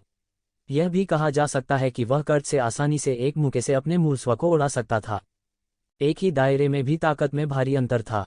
यही कारण था कि ये ज़िवेन, जिसने अभी अभी आकाशीय क्षेत्र के चौथे स्तर में प्रवेश किया था, ये कून के लिए केवल कुछ परेशानी ही पैदा कर सकता था, भले ही उसने अपनी पूरी ताकत लगा दी हो। जब तक वह कुछ वर्जित ट्रम्प कार्ड जैसे इमेजेंस इमोर्टल एक्सटर्मिनेटिंग सेबर का इस्तेमाल नहीं करता, तब तक वह ये कून का प्रत्यक्ष विरोधी नहीं हो सकता। बेशक ये ज़िवेन की ताकत ही एकमात्र ऐसी चीज नहीं थी जो पिछले कुछ महीनों में बदली थी। इसके अलावा उन्होंने जो सबसे बड़ी प्रगति की थी, वह यह थी कि उन्होंने heaven level top grade martial art the sky severing finger की सभी चालों में सफलतापूर्वक महारत हासिल कर ली थी। स्काई सेवरिंग फिंगर को कुल 5 चालों में विभाजित किया गया था, अर्थात sky imprisoning, sky shaking, sky breaking, sky levelling और स्काई सेवरिंग। ये ज़िवेन ने पहले ही स्वर्ग को कैद करने की तकनीक और स्वर्ग को हिलाने की तकनीक का अभ्यास कर लिया था। हालांकि वह शेष 3 तकनीकों का अभ्यास नहीं कर पाया था क्योंकि उसने अपने सभी स्पिरिट क्रिस्टल का उपयोग कर लिया था। इसलिए उन्होंने अस्थायी रूप से अपने अभ्यास में देरी की थी। उसके पास अक्सर बहुत सारे स्पिरिट क्रिस्टल होते थे, लेकिन उनका उपयोग अन्य महत्वपूर्ण क्षेत्रों में किया गया था। इसलिए उनके अभ्यास में अब तक देरी हुई थी। उन्होंने आखिरकार स्वर्ग को तोड़ने की तकनीक, स्वर्ग को समतल करने की तकनीक और स्वर्ग को अलग करने की तकनीक का अभ्यास पूरा कर लिया था। स्काई सेवरिंग फिंगर को 5 शैलियों में विभाजित किया गया था और प्रत्येक शैली अत्यंत शक्तिशाली थी। यह कहा जा सकता है कि ये ज़िवेन ने उंगली की तकनीक का शिखर देखा था। इसका अभ्यास करना तो दूर की बात है, प्रत्येक शैली का अभ्यास करना आसान नहीं था। पहले ये ज़िवेन के लिए अभ्यास करना थोड़ा मुश्किल था। आखिरकार वह उस समय केवल कानून घोषणा क्षेत्र में ही था, लेकिन अब वह पहले ही आकाशीय क्षेत्र में प्रवेश कर चुका था। उनकी खेती में भी जबरदस्त बदलाव आया था। यह भी कहा जा सकता है कि वह दिव्य लोक में पहुंच गया था। उस समय ये ज़िवेन को हेवन लेवल मार्शल आर्ट का अभ्यास करने में कठिनाई हुई थी। स्वर्ग स्तर की मार्शल आर्ट थी जिसका अभ्यास केवल आकाशीय क्षेत्र के विशेषज्ञों द्वारा ही किया जा सकता था। कानून घोषणा क्षेत्र के विशेषज्ञों के लिए या दिव्य क्षेत्र में आधा कदम भी, यह पहले से ही उनकी क्षमता से परे था। आमतौर पर आकाशीय क्षेत्र में आधे कदम के लिए स्वर्ग स्तर प्राथमिक मार्शल आर्ट का अभ्यास करने में सक्षम होना पहले से ही बहुत प्रभावशाली था, और ये ज़िवेन के लिए स्वर्ग स्तर के शीर्ष स्तर की मार्शल आर्ट को समझने में सक्षम होना, जो पहले से ही एक राक्षस की शक्ति थी, और केवल ये ज़िवेन ही ऐसा कर सकती थी। ये ज़िवेन के अपने स्तर से ऊपर लड़ने का सबसे बुनियादी कारण भी था। ये ज़िवेन स्काई ब्रेकिंग फिंगर की खेती को पूरा करने के लिए इस अवसर का लाभ उठाना चाहती थी। उन्होंने स्काई फ्लिपिंग सील की खेती को लंबे समय तक टाला था। हालांकि उन्होंने पाया कि स्काई फ्लिपिंग सील की शक्ति अभी भी उनके लिए रहस्यमय स्थान की मदद से भी खेती को पूरा करना असंभव था। हालांकि रहस्यमयी जगह मार्शल आर्ट को जन्म दे सकती है, लेकिन यह केवल कुछ विशेष परिस्थितियों में ही किया जा सकता है। अगर उसके और स्काई फ्लिपिंग सील के बीच का अंतर बहुत बड़ा होता तो ये ज़िवेन ऐसा नहीं कर पाती। अतीत में ये ज़िवेन ने ऐसा महसूस नहीं किया था क्योंकि उस समय, चाहे वह नश्वर स्तर, पृथ्वी स्तर या स्वर्ग स्तर की मार्शल आर्ट हो, कोई अंतर नहीं था। वे सब एक ही थे, अज्ञानी। उस समय जैसे जैसे उनकी खेती में सुधार होता गया, उन्होंने धीरे धीरे स्काई फ्लिपिंग सील की शक्ति का पता लगाया। अब भी हालांकि ये ज़िवेन sky flipping seal, shaking mountain seal और इन्वर्टिंग सी सील की पहली दो मुहरों का उपयोग कर सकता था, लेकिन यह स्पष्ट था कि वह इन दो मुहरों को चरम पर नहीं खेल सकता था। उसके पास बहुत सारी मार्शल आर्ट थी जो बहुत गहरी थी, और डेविल विंग्स भी थी। वह लंबे समय से टेम्पेस्ट विंग्स की दूसरी परत में फंसा हुआ था, लेकिन तीसरी परत को तोड़ने का कोई रास्ता नहीं था। अगर एक पल में बस तेजी से पार करने का कोई रास्ता होता तो उसे यकीन था कि वह सेलेस्टियल रियल मास्टर्स के साथ लड़ सकता था। दुर्भाग्य से कोई सुराग नहीं था। पहले उसकी साधना बहुत कम थी, और अब जबकि उसकी साधना अधिक थी, ये मुंह गहरी नींद में था, जिसके परिणामस्वरूप कोई अन्य समाचार नहीं था। इनके अलावा ऑब्जर्विंग पसंद स्क्रिप्चर की उनकी खुद की साधना को भी एक बड़ी अड़चन में गिरने के लिए कहा जा सकता है। उसके आकाशीय क्षेत्र में सफलतापूर्वक प्रवेश करने के बाद उसके शरीर की आकाशगंगा पूरी तरह से एक आकाशगंगा में विकसित हो गई थी। अनगिनत तारे उसमें पैदा हुए और उसमें नष्ट हो गए, मानो यह हर पल जीवन और मृत्यु का नाटक हो। हालांकि वह अभी भी वास्तव में एक ब्रह्मांड में विकसित होने में असमर्थ था। यह ऐसा था जैसे उसमें कुछ कमी थी जो वास्तव में पार करने में असमर्थ था। यदि वह वास्तव में पार करने में असमर्थ था तो वह दिव्य क्षेत्र में फंस सकता है, वास्तव में दिव्य क्षेत्र में प्रवेश करने में असमर्थ हो सकता है। इन सभी को निकालने के लिए बड़ी मात्रा में समय की आवश्यकता थी। सौभाग्य से उसके पास अभी भी वह रहस्यमय स्थान था। यदि यह कोई और था जिसने इस अधूरी साधना तकनीक को प्राप्त किया, तो वे मूल रूप से केवल मृत्यु की प्रतीक्षा कर सकते थे और कोई रास्ता नहीं था। लेकिन समय, उसके पास अभी भी समय था। वह अब केवल दिव्य क्षेत्र की चौथी परत पर था। वह नहीं जानता था कि दिव्य क्षेत्र की 9वीं परत तक पहुंचने में उसे कितना समय लगेगा, दिव्य क्षेत्र की तो बात ही छोड़िए। फिर भी स्वर्ग के स्तर की 9वीं स्वर्गीय परत को अभी भी एक बहुत बड़ी सीमा माना जाता था। दानव भूमि से उत्तरी अंडरवर्ल्ड में प्रवेश करने के बाद म्यामा धीरे धीरे कम हो गया, लेकिन अचानक यह ठंडा हो गया। इसे 1 दर्जन डिग्री ठंडा भी कहा जा सकता है। सामान्य लोगों के जीवित रहने के लिए उपयुक्त नहीं है। यहाँ तक सामान्य राक्षस जाति भी इसमें जीवित नहीं रह सकती स्थिति, केवल वे शक्तिशाली योद्धा इस वातावरण में जीवित रह सकते थे। लेकिन ऐसा ही हुआ कि हालांकि उत्तरी अंडरवर्ल्ड की भूमि बेहद ठंडी थी, लेकिन यह जमी नहीं थी। उत्तरी अंडरवर्ल्ड भूमि के आगे उत्तर में एक समुद्र था, यह वास्तविक उत्तरी अंडरवर्ल्ड था। हालांकि साधारण समुद्री जल पौराणिक उत्तरी अंडरवर्ल्ड के ठंडे पानी जितना ठंडा नहीं था, फिर भी इसमें कोई संदेह नहीं था कि यह सामान्य समुद्री जल की तुलना में बहुत अधिक ठंडा था। अगर आम लोग घुस जाते तो शायद कुछ ही मिनटों में जम जाते। जीव जो इस तरह की जगह में जीवित रह सकते थे बिना किसी अपवाद के, बेहद भयंकर जीव थे। कुनपेंग का उल्लेख नहीं करना जो उत्तरी अंडरवर्ल्ड के ठंडे पानी में जीवित रह सकते थे, यह और भी भयानक था, बस अकल्पनीय था। उत्तरी अंडरवर्ल्ड का ठंडा पानी जल तत्व को परिष्कृत कर सकता है। 5 तत्वों के युआन आरेख जैसे एक अद्वितीय खजाने का हिस्सा। संपूर्ण ठंडा पानी कितना भयानक होगा, यह केवल अकल्पनीय था। और यह जीव कुनपेंग प्राचीन काल से अस्तित्व में था। दानव भूमि में भी एक विशालकाय था। यहाँ तक राक्षस जाति के लंबे जीवनकाल के संदर्भ में यह कुनपेंग लंबे समय से अस्तित्व में था। हालांकि जब ये ज़िवेन उत्तरी अंडरवर्ल्ड के किनारे पर एक शहर में पहुंचे तो उन्होंने पाया कि यह शहर मार्शल लॉ के अधीन था। कई चमकीले बख्तरबंद राक्षस जाति के स्वामी बड़े बैचों में उत्तरी अंडरवर्ल्ड सागर में पहुंचे। इसके अलावा ये सैनिक भी बहुत थे अत्याचारी आकाशीय क्षेत्र के स्वामी जो अनजाने में आ गए थे। मानव जाति से अलग ये दानव जाति अलग अलग जातियों से संबंधित थी। उनमें से प्रत्येक अजीब दिखती थी और कुछ ने अपनी खुद की नस्ल की कई विशेषताओं को भी बनाए रखा। बहुत ही अजीब लग रही थी। इस उत्तरी अंडरवर्ल्ड सागर के किनारे पर ऐसे कई शहर थे, क्योंकि दानव जाति के लिए उत्तरी अंडरवर्ल्ड सागर भी एक ऐसा स्थान था जिसे पूरी तरह से जीता नहीं गया था, या दूसरे शब्दों में यह एक ऐसा स्थान था जो पूरी तरह से असंभव था। जी तो बहुत से भयंकर जानवर जो उसमें रहते थे, यहाँ तक कि दानव मार्शल और दानव राजा भी इसके बारे में कुछ नहीं कर सकते थे। विशेष रूप से डार्क नॉर्थ को वश में करने के लिए कुनपेंग दानव कबीले के लिए सबसे बड़ी समस्या थी। पिछली पीढ़ियों में हल करने के लिए यह सबसे कठिन समस्या थी। यहाँ तक यह मामला दानव कबीले के बाहर भी फैल गया था, और यहाँ तक मानव कबीले में ये ज़िवेन ने भी इसके बारे में सुना था। इसलिए हर बार जब वह कुनपेंग के मुंह से बाघ के मुंह से खाना छीनने के बारे में सोचता तो उसे भयानक सिरदर्द होता था। लेकिन फिर भी अभी भी बहुत से लोग आ रहे थे, और जल्द ही ये ज़िवेन समझ गई कि इतने सारे स्वामी क्यों आए। कारण सरल था कि ये ज़िवेन की तरह उत्तरी अंडरवर्ल्ड ठंडा पानी था जहां वह कुनपेंग रहता था। कुनपेंग अनगिनत वर्षों से शिकार कर रहा था और लंबे समय से इसका अभ्यस्त था। सभी ने उस समय की भी गणना की जब कुनपेंग शिकार करने के लिए निकला था, और यह समय कुनपेंग के नीचे से उत्तरी अंडरवर्ल्ड के ठंडे पानी को छीनने का एकमात्र मौका था। कहने की जरूरत नहीं है, उत्तरी अंडरवर्ल्ड ठंडे पानी का मूल्य अनगिनत लोग इसे लोभ कर रहे थे। इस बार मैं उत्तरी अंडरवर्ल्ड के ठंडे पानी को पाने के लिए भी दृढ़ हूं। जो कोई भी इसे छीनने की हिम्मत करेगा मैं उसे मार डालूंगा। चलो, उत्तरी अंडरवर्ल्ड का इतना ठंडा पानी है, तुम चाहो तो इसे ले सकते हो, लड़ने की बिल्कुल भी जरूरत नहीं है। इसके विपरीत लड़ना समय की बर्बादी है। अगर वह कुनपेंग वापस आता है तो हम सच में मर गया। हे, इस बार कुनपेंग मर चुका है। आपका क्या मतलब है? आपके पास अन्य समाचार हैं? क्या आप इन दानव सैनिकों और दानव जनरलों को देखते हैं?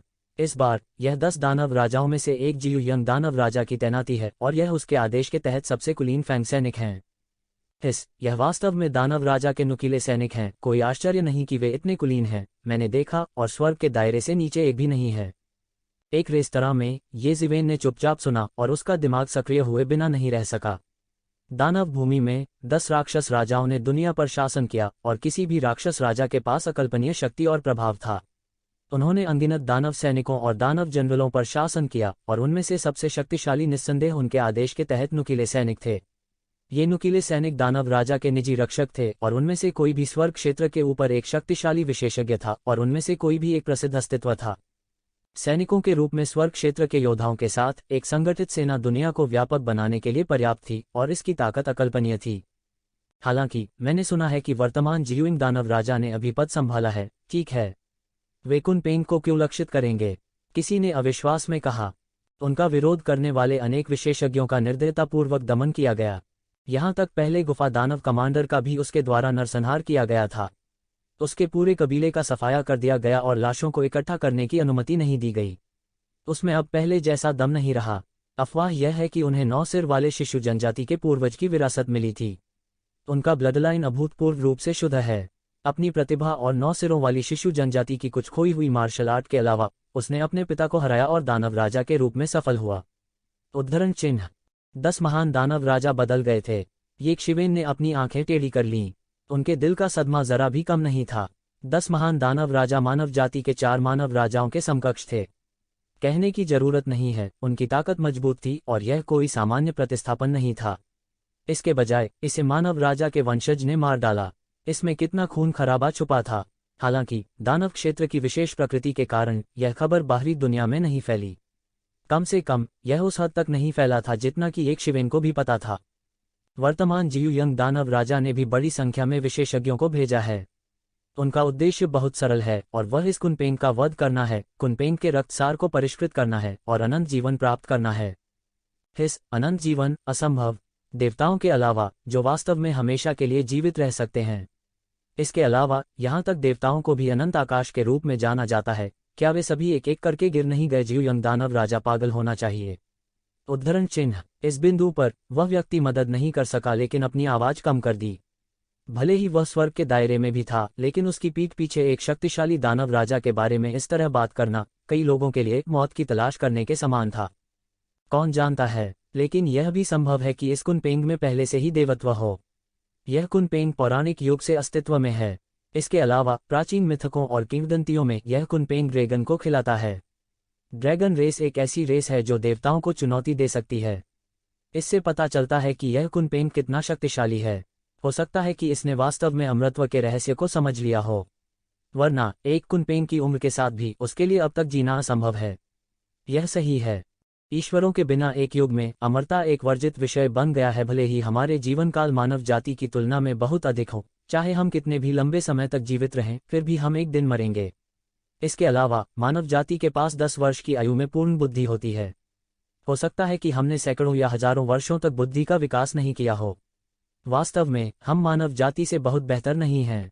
हमारी खेती के स्तर पर हम में से कितने लोग मिट्टी के प्याले में बदलने को तैयार हैं? चाहे कुछ भी हो, हमें अपना सब कुछ देना होगा। लेकिन क्या जियुइंग दानव राजा अपने चरम पर नहीं है? क्या इस समय इस बारे में सोचना शुरू करना थोड़ा जल्दी नहीं है? उद्धरण चिन्ह यह ठीक है, क्योंकि हम अपने चरम पर हैं कि हमें इस बारे में सोचना शुरू करना होगा। जब हम बूढ़े और कमजोर हो जाते हैं, भले ही हम कुनपेंग को मारना चाहें, हम सक्षम नहीं होंगे। कोई बात नहीं, ये उन बड़े शॉट्स के मामले हैं और इसका हमसे कोई लेना देना नहीं है। ऐसा मत सोचो कि हम स्वर्ग के टियर में हैं।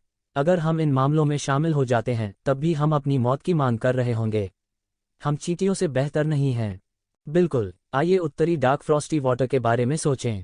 जब हम इस कुनपेंग से छुटकारा पा लेंगे तो उत्तरी गहरा ठंडा पानी शायद चला जाएगा। यह कैसे जा सकता है? कुनपेंग के बिना और भी होना चाहिए। आप गलत हैं। उत्तरी डार्क फ्रॉस्टी वाटर किस तरह का अस्तित्व है अतीत में, कुनपेंग पैट्रियार्क के संरक्षण के कारण कोई भी इसे लोभ करने की हिम्मत नहीं करता था। अधिक से अधिक जब वह भोजन की तलाश में बाहर जाता तो वे थोड़ी थोड़ी चोरी करते। लेकिन एक बार कुनपेंग के मारे जाने के बाद क्या जियुइंग दानव राजा हमें उत्तरी गहरे ठंडे पानी को विभाजित करने देगा? उस समय वह शायद अपने महान रहस्य का उपयोग उत्तरी गहरे ठंडे पानी को दूर ले जाने के लिए करेगा। तब हमें क्या करना होगा? भविष्य में मुझे डर है कि जियुइंग शाही परिवार के अलावा किसी और के पास ऐसा स्वर्गीय खजाना प्राप्त करने का मौका नहीं होगा। उद्धरण चिन्ह। ये जिवेन ने किनारे से सुना, लेकिन वह गहरी सोच में था। यदि यह वह होता तो वह उत्तरी गहरे ठंडे पानी को इन लोगों द्वारा विभाजित नहीं होने देता। इसलिए उसके लिए पर्याप्त समय नहीं हो सकता है। उत्तरी गहरे ठंडे पानी के एक हिस्से को दूर करने के लिए उन्हें अराजकता का फायदा उठाना पड़ा। जहां तक दानव राजा और कुनपेंग के बीच लड़ाई की बात है, यह ऐसा कुछ नहीं था जिससे ये जिवेन के स्तर का कोई व्यक्ति संपर्क में आ सके।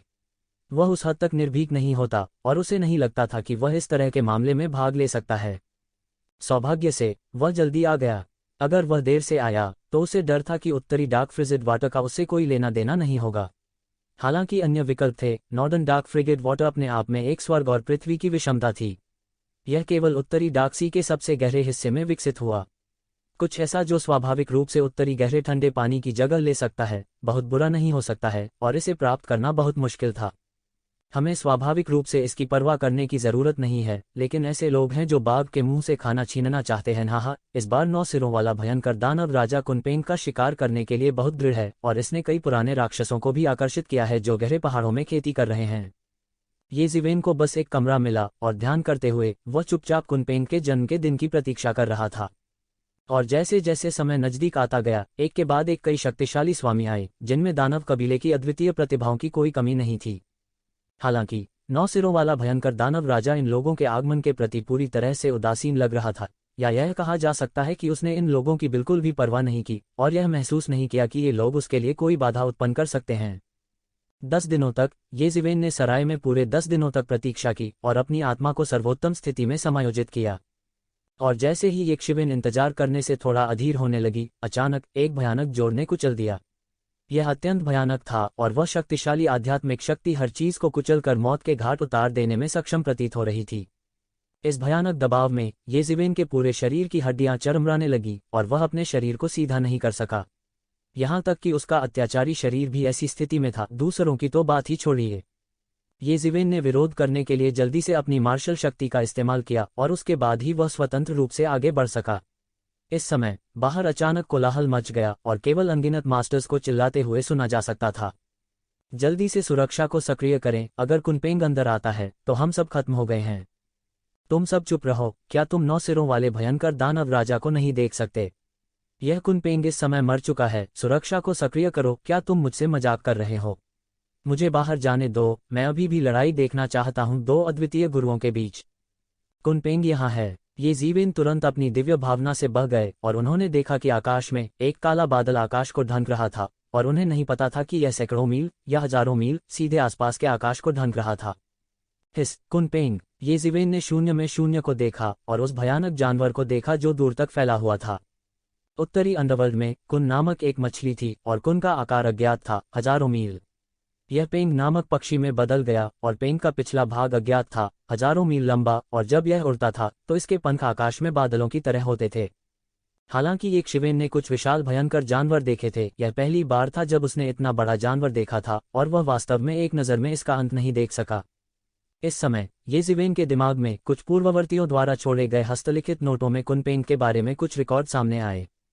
कुनपेंग एक शक्तिशाली भयंकर जानवर था जो सुदूर पौराणिक युग में मौजूद था। यद्यपि मानव जाति और अन्य जातियों ने इसे एक दानव के रूप में वर्गीकृत किया, और यहाँ तक राक्षस जाति के दूर के स्वर्गीय न्यायालय में कुनपेंग दानव मास्टर थे, जिसका अर्थ सभी राक्षसों का स्वामी था।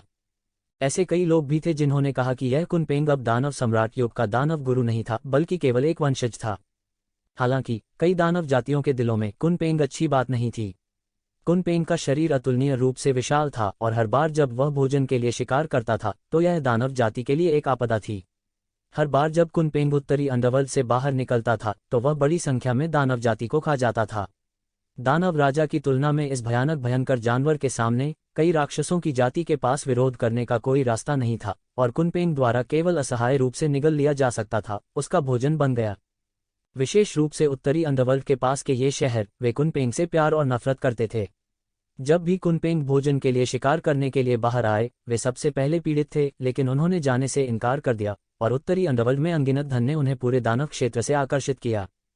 ये ज़िवेन ने फिर से अपनी दिव्य भावना का विस्तार किया और बमुश्किल ही स्पष्ट रूप से देखने में कामयाब रहे। यह वास्तव में एक भयानक पक्षी के आकार का भयंकर जानवर था। कुछ अन्य प्रसिद्ध दैवीय पक्षी जैसे कि सुनहरे पंखों वाला रॉक और इसी तरह इस विशाल भयंकर जानवर की तुलना में बहुत हीन थे। इस विशाल कुनपेंग ने अचानक अपना मुंह शून्य में खोल दिया, और अचानक अंतहीन सक्शन बल ने एक विशाल बवंडर का गठन किया जो आकाश में सब कुछ ले गया और उसके मुंह में उड़ गया। पूरी पर्वत श्रृंखला में राक्षसी जानवर मौके पर ही पूरी तरह से समाहित हो गए। गर्जन गर्जन गर्जन, एक विशाल भयंकर जानवर की दहाड़ विशाल आकाश में घुस गई, और इस समय ये अत्याचारी जानवर राजा इस कुनपेंग के सामने लगभग कागजी शेर की तरह थे, और उनके पास वापस लड़ने की कोई शक्ति नहीं थी, या दूसरे शब्दों में उनमें से दो नहीं थे समान स्तर के प्राणी। यह भी कहा जा सकता है कि वे दोनों अब एक ही स्तर के प्राणी नहीं थे। ये ज़िवेन ने कुनपेंग को देखा और अपनी पीठ के नीचे ठंडक महसूस किए बिना नहीं रह सका। वह पहले नहीं जानता था, लेकिन इस कुनपेंग को देखने के बाद वह वास्तव में समझ गया कि यह कुनपेंग अनगिनत वर्षों तक दानव क्षेत्र पर अत्याचार क्यों कर सकता है, और क्यों कई दानव वंश से मृत्यु तक घृणा करते हैं, लेकिन इसके बारे में कुछ नहीं कर सकते। ऐसा नहीं था कि वे नहीं चाहते थे, लेकिन वे नहीं कर सके। इतनी भयानक ताकत पहले ही स्वर्ग के दायरे की ताकत को पार कर चुकी थी। कम से कम ये ज़िवेन ने इतनी भयानक ताकत के साथ किसी भी स्वर्ग के दायरे को नहीं देखा था। भले ही वह स्वर्ग क्षेत्र का मास्टर हो, इस कुनपेंग के सामने वह डरता था कि वह दूसरों की तुलना में बहुत बेहतर नहीं था, और उसके पास वापस लड़ने की शक्ति भी नहीं थी। ऐसा लग रहा था कि इस कुनपेंग का इतनी जल्दी जाने का इरादा नहीं था। यह आसपास के शहरों में स्वीप करना चाहता था। अनगिनत शक्तिशाली आत्मिक पशु इन शहरों में एकत्रित हुए थे। एक शक्तिशाली आत्मिक पशु सैकड़ों या हजारों आत्मिक पशुओं के लहू को अवशोषित करने से कहीं अधिक अर्थपूर्ण था। 9 सिरों वाला भयंकर जानवर राजा कहाँ है, वह यहाँ क्यों नहीं है? बहुत से लोगों ने कुनपेंग की भयावहता को देखा, और वे पहले से ही भयभीत थे, अपने हृदय में प्रार्थना कर रहे थे। इस भयंकर जानवर के सामने वे हंसने योग्य खिलौनों की तरह थे, और एक भी वार सहन नहीं कर सकते थे। हाँ, 9 सिरों वाला भयंकर जानवर राजा कहाँ है? मैंने सुना है कि 9 सिरों वाला भयंकर जानवर राजा कुछ करने जा रहा है, इसलिए मैं यहाँ भागा। नहीं तो अब जब यह कुनपेंग खाने की तलाश में निकला है, तो यहाँ कौन आएगा? क्या ऐसा हो सकता है कि वह हमें बरगला रहा है? यह बहुत विश्वासघाती होगा। असंभव। 9 सिरों वाले भयंकर जानवर राजा ने अपने दांत के सैनिकों को भी बाहर भेज दिया है। वह अपने शब्दों से कैसे पीछे हट सकता है? इस समय बहुत से लोग गड़बड़ी में थे, और कई लोग बचने के लिए पहले ही मुड़ गए थे। इस कुनपेंग ने उन्हें जो दबाव दिया वह बहुत अधिक था। शहर में अभी अभी दसियों हजार दानव कबीले एक सांस में निगल गए थे। वह दृश्य जोंग रूईगन के लिए बहुत भयानक था, और इस दृश्य के बारे में सोचते हुए कई लोगों के पैर कमजोर हो गए। हालांकि वे सभी जानते थे कि कुनपेंग की गति से वे बच नहीं पाएंगे। इस समय कोई अन्य विकल्प नहीं था। क्या वे अभी भी रह सकते थे और आज्ञाकारी रूप से कुनपेंग का भोजन बन सकते थे? और जब हर कोई उम्मीद छोड़कर भागने ही वाला था कि अचानक आसमान से एक ठंडी आवाज आई। पशु अब भी अहंकार करना चाहता है। मैंने भी बरसों सहा है तुझे, मर जा। इस समय शून्य से एक जोरदार फटकार आई, और फिर एक छोटे से पहाड़ जितना मोटा एक भाला शून्य से टूट गया और सीधे कुनपेंग पर गिर गया। आकाश में एक बड़ी दरार फट गई, और आकाश कांप रहा था, मानो वह इस लंबे भाले की भयानक शक्ति के नीचे आत्मसमर्पण करना चाहता हो। सभी ने अपनी सांसें थाम लीं, और जैसे ही उन्होंने अपने सामने के दृश्य को देखा तो वे दंग रह गए। वह लंबा भाला जो एक छोटे से पर्वत जितना मोटा था, अत्यंत भयानक था, क्योंकि वह आकाश में छेद कर रहा था। जिस तरह कुनपेंग ठिकाने लगाने वाला था, वैसे ही कुनपेंग जो मूल रूप से आसमान में एक काले बादल की तरह चक्कर लगा रहा था, अचानक गायब हो गया। लंबा भाला खाली हवा में चुभ गया। जैसे ही लंबा भाला जमीन पर गिरने वाला था, एक बड़ा हाथ सीधे शून्य में घुस गया और लंबे भाले को पकड़ लिया। तभी शून्य में एक विशाल आकृति धीरे धीरे प्रकट हुई। यह एक अधेड़ उम्र का आदमी था, जिसकी आंखें थोड़ी उठी हुई थीं। उसकी भौहों के बीच एक अनियंत्रित भाव था, ठंडा और निर्मम। वह एक और दुर्जय चरित्र था। उसका पूरा शरीर पहाड़ जितना बड़ा था, अतुलनीय रूप से विशाल, और कुनपेंग से बहुत छोटा नहीं था। लॉ वर्ल्ड की जादुई शक्ति। हालांकि यह बड़ा होना फायदेमंद नहीं हो सकता है। कुनपेंग के विशाल आकार के साथ यहाँ तक एक छोटे पहाड़ के आकार का राक्षसी जानवर भी नुकसान में होगा अगर वह इसके खिलाफ लड़ता है। उनका शरीर भाले की तरह सीधा था, आकाश को सहारा देने वाले खंभे की तरह आकाश में खड़ा था। यह अतुलनीय रूप से भयानक था। यह है 9 सिरों वाला भयंकर दानव राजा। ये ज़िवेन ने मन ही मन सोचा, लेकिन वह चुपके से चौंक गया। यह 9 सिर वाला भयंकर दानव राजा जितना उसने सोचा था उससे कहीं अधिक शक्तिशाली था। कोई आश्चर्य नहीं कि वह लाओ वान को मार सकता था और खुद सिंहासन पर चढ़ सकता था। उन्होंने क्षेत्र के सभी विरोधियों को भी दबा दिया और अब कुनपेंग के बाघ की मूंछों को छूने की हिम्मत की। और इससे पहले कि हर कोई प्रतिक्रिया दे पाता, अचानक गायब हो गया विशाल काला बादल एक पल में सबके सामने आ गया। यह 9 सिरों वाले भयंकर दानव राजा के सामने प्रकट हुआ। बस वह सिर अकेला एक शहर के आकार का था। गहरी हरी आंखों की एक जोड़ी 9 सिरों वाले भयंकर दानव राजा को घूर रही थी।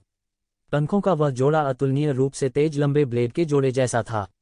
यह शून्य से जमकर नीचे गिरा और शून्य में 2 बड़ी दरारें दिखाई दीं। एक जोरदार सीटी की आवाज एक पल में बह गई, जिससे एक बड़ा तूफान आ गया।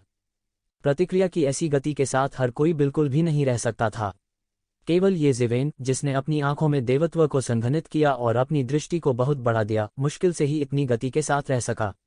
वह मदद नहीं कर सका लेकिन बेहद चौंक गया और हौंफने लगा। इस कुनपेंग की रफ्तार वाकई कमाल की थी। ये ज़िवेन की वर्तमान गति इस कुनपेंग के मैच से बहुत दूर थी। 90,000 मील की उड़ान वास्तव में कोई मजाक नहीं था। अभी अभी उस तरह के माहौल में भी वह 9 सिरों वाले भयंकर दानव राजा के घातक प्रहार से भी बच गया था। इस विशाल शरीर में अद्वितीय भयानक शक्ति थी, लेकिन इसके विपरीत इसमें एक भयानक गति थी जो पूरी तरह से बेजोड़ थी। यह वास्तव में अत्यधिक तेज था। इसके अलावा यह पूरे वर्ष उत्तरी गहरे ठंडे पानी में नहाया गया था और इसका भौतिक शरीर लंबे समय तक चरम पर पहुंच गया था।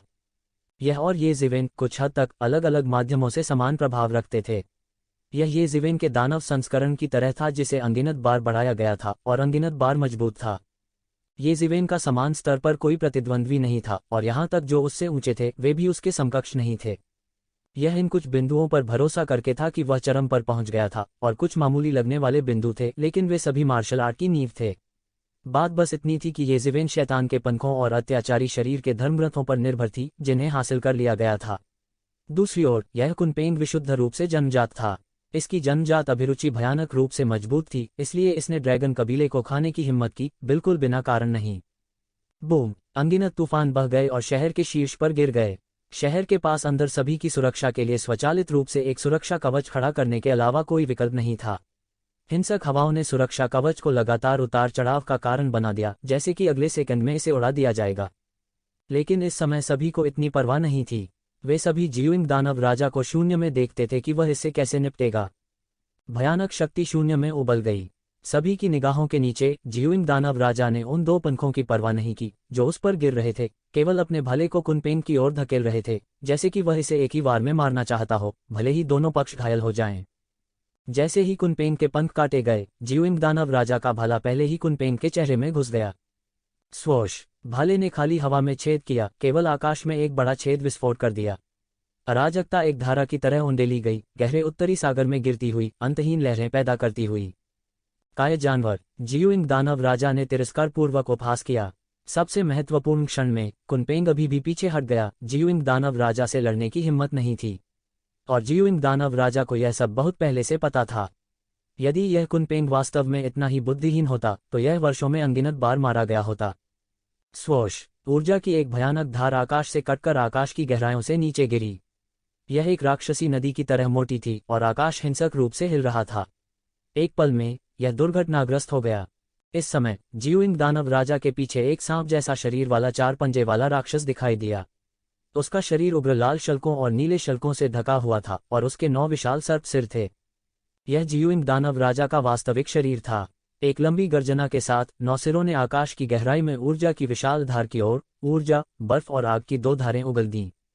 बूम! भयानक ऊर्जा टकराई और शक्तिशाली शॉकवेव फूट पड़ी। डार्क नॉर्थ सी के समुद्री जल को तुरंत वाष्पित कर दिया, जिससे हजारों मीटर ऊंची लहरें सीधे उठीं।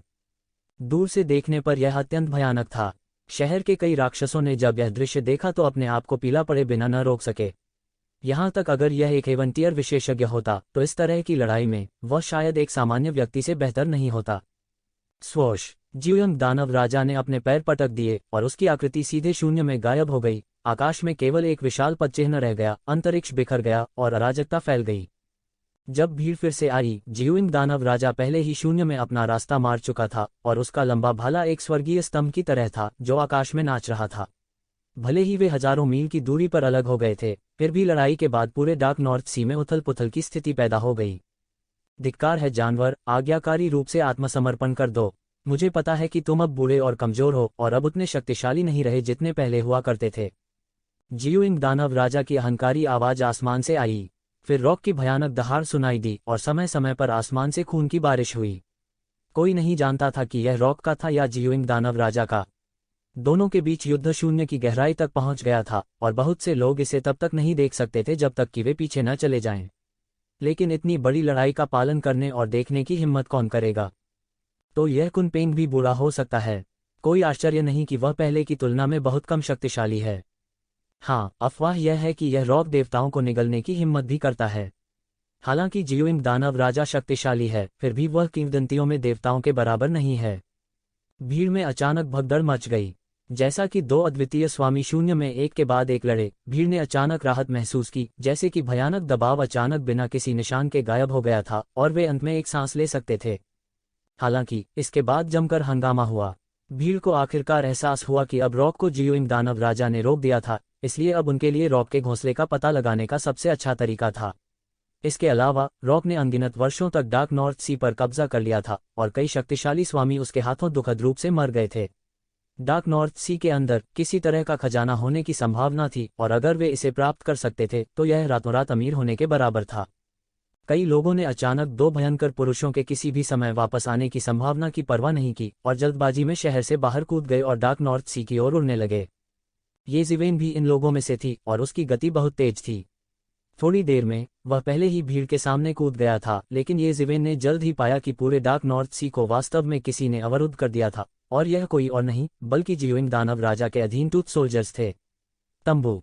इन टूथ सोल्जर्स, जो कई वर्षों से लड़ रहे थे, के पास एक भयानक आभा थी और वे सभी दिव्य क्षेत्र से ऊपर के स्वामी थे और उनमें से अधिकांश ने चौथे दिव्य क्षेत्र की दहलीज को भी पार कर लिया था और बेहद अत्याचारी थे। जल्द ही सभी को दरवाजे के बाहर रोक दिया गया। तुम लोग जल्दी से पीछे हटो, इसे युद्ध के मैदान के रूप में नामित किया गया है और यह हमारी जियुइंग जनजाति के युद्ध की लूट है। जो कोई भी पास आने की हिम्मत करेगा वह मर जाएगा। इस समय एक शानदार बागे में एक युवक धीरे धीरे शून्य से प्रकट हुआ। उसकी आंखें अतुलनीय अहंकार से भर गईं और उसने भीड़ की ओर देखा जैसे वह भीड़ से बात नहीं करना चाहता था। वह जियुइंग दानव राजा का तीसरा राजकुमार है। ऐसा कहा जाता है कि तीसरा राजकुमार आमतौर पर सबसे पसंदीदा होता है। जितनी जल्दी जियुइंग जनजाति के पुराने राजा अभी भी जीवित थे, तीसरे राजकुमार अक्सर अभियानों पर वर्तमान जियुइंग दानव राजा के साथ थे। उसकी साधना और भी ऊंची है और ऐसा कहा जाता है कि वह पहले ही 7वें दिव्यलोक में प्रवेश कर चुका है। किसी ने जल्दी से एक शानदार लबादे में इस युवक की पहचान ली और अचानक ठंडी हवा की सांस लेने से खुद को रोक नहीं सका। यह असाधारण पहचान वाला एक और विशेषज्ञ था। हाँ, एक विशेषज्ञ जो पहले ही 7वें आकाशीय क्षेत्र में प्रवेश कर चुका था।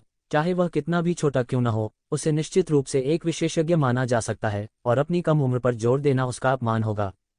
बेशर्म, वे वास्तव में लूट पर एकाधिकार करना चाहते हैं।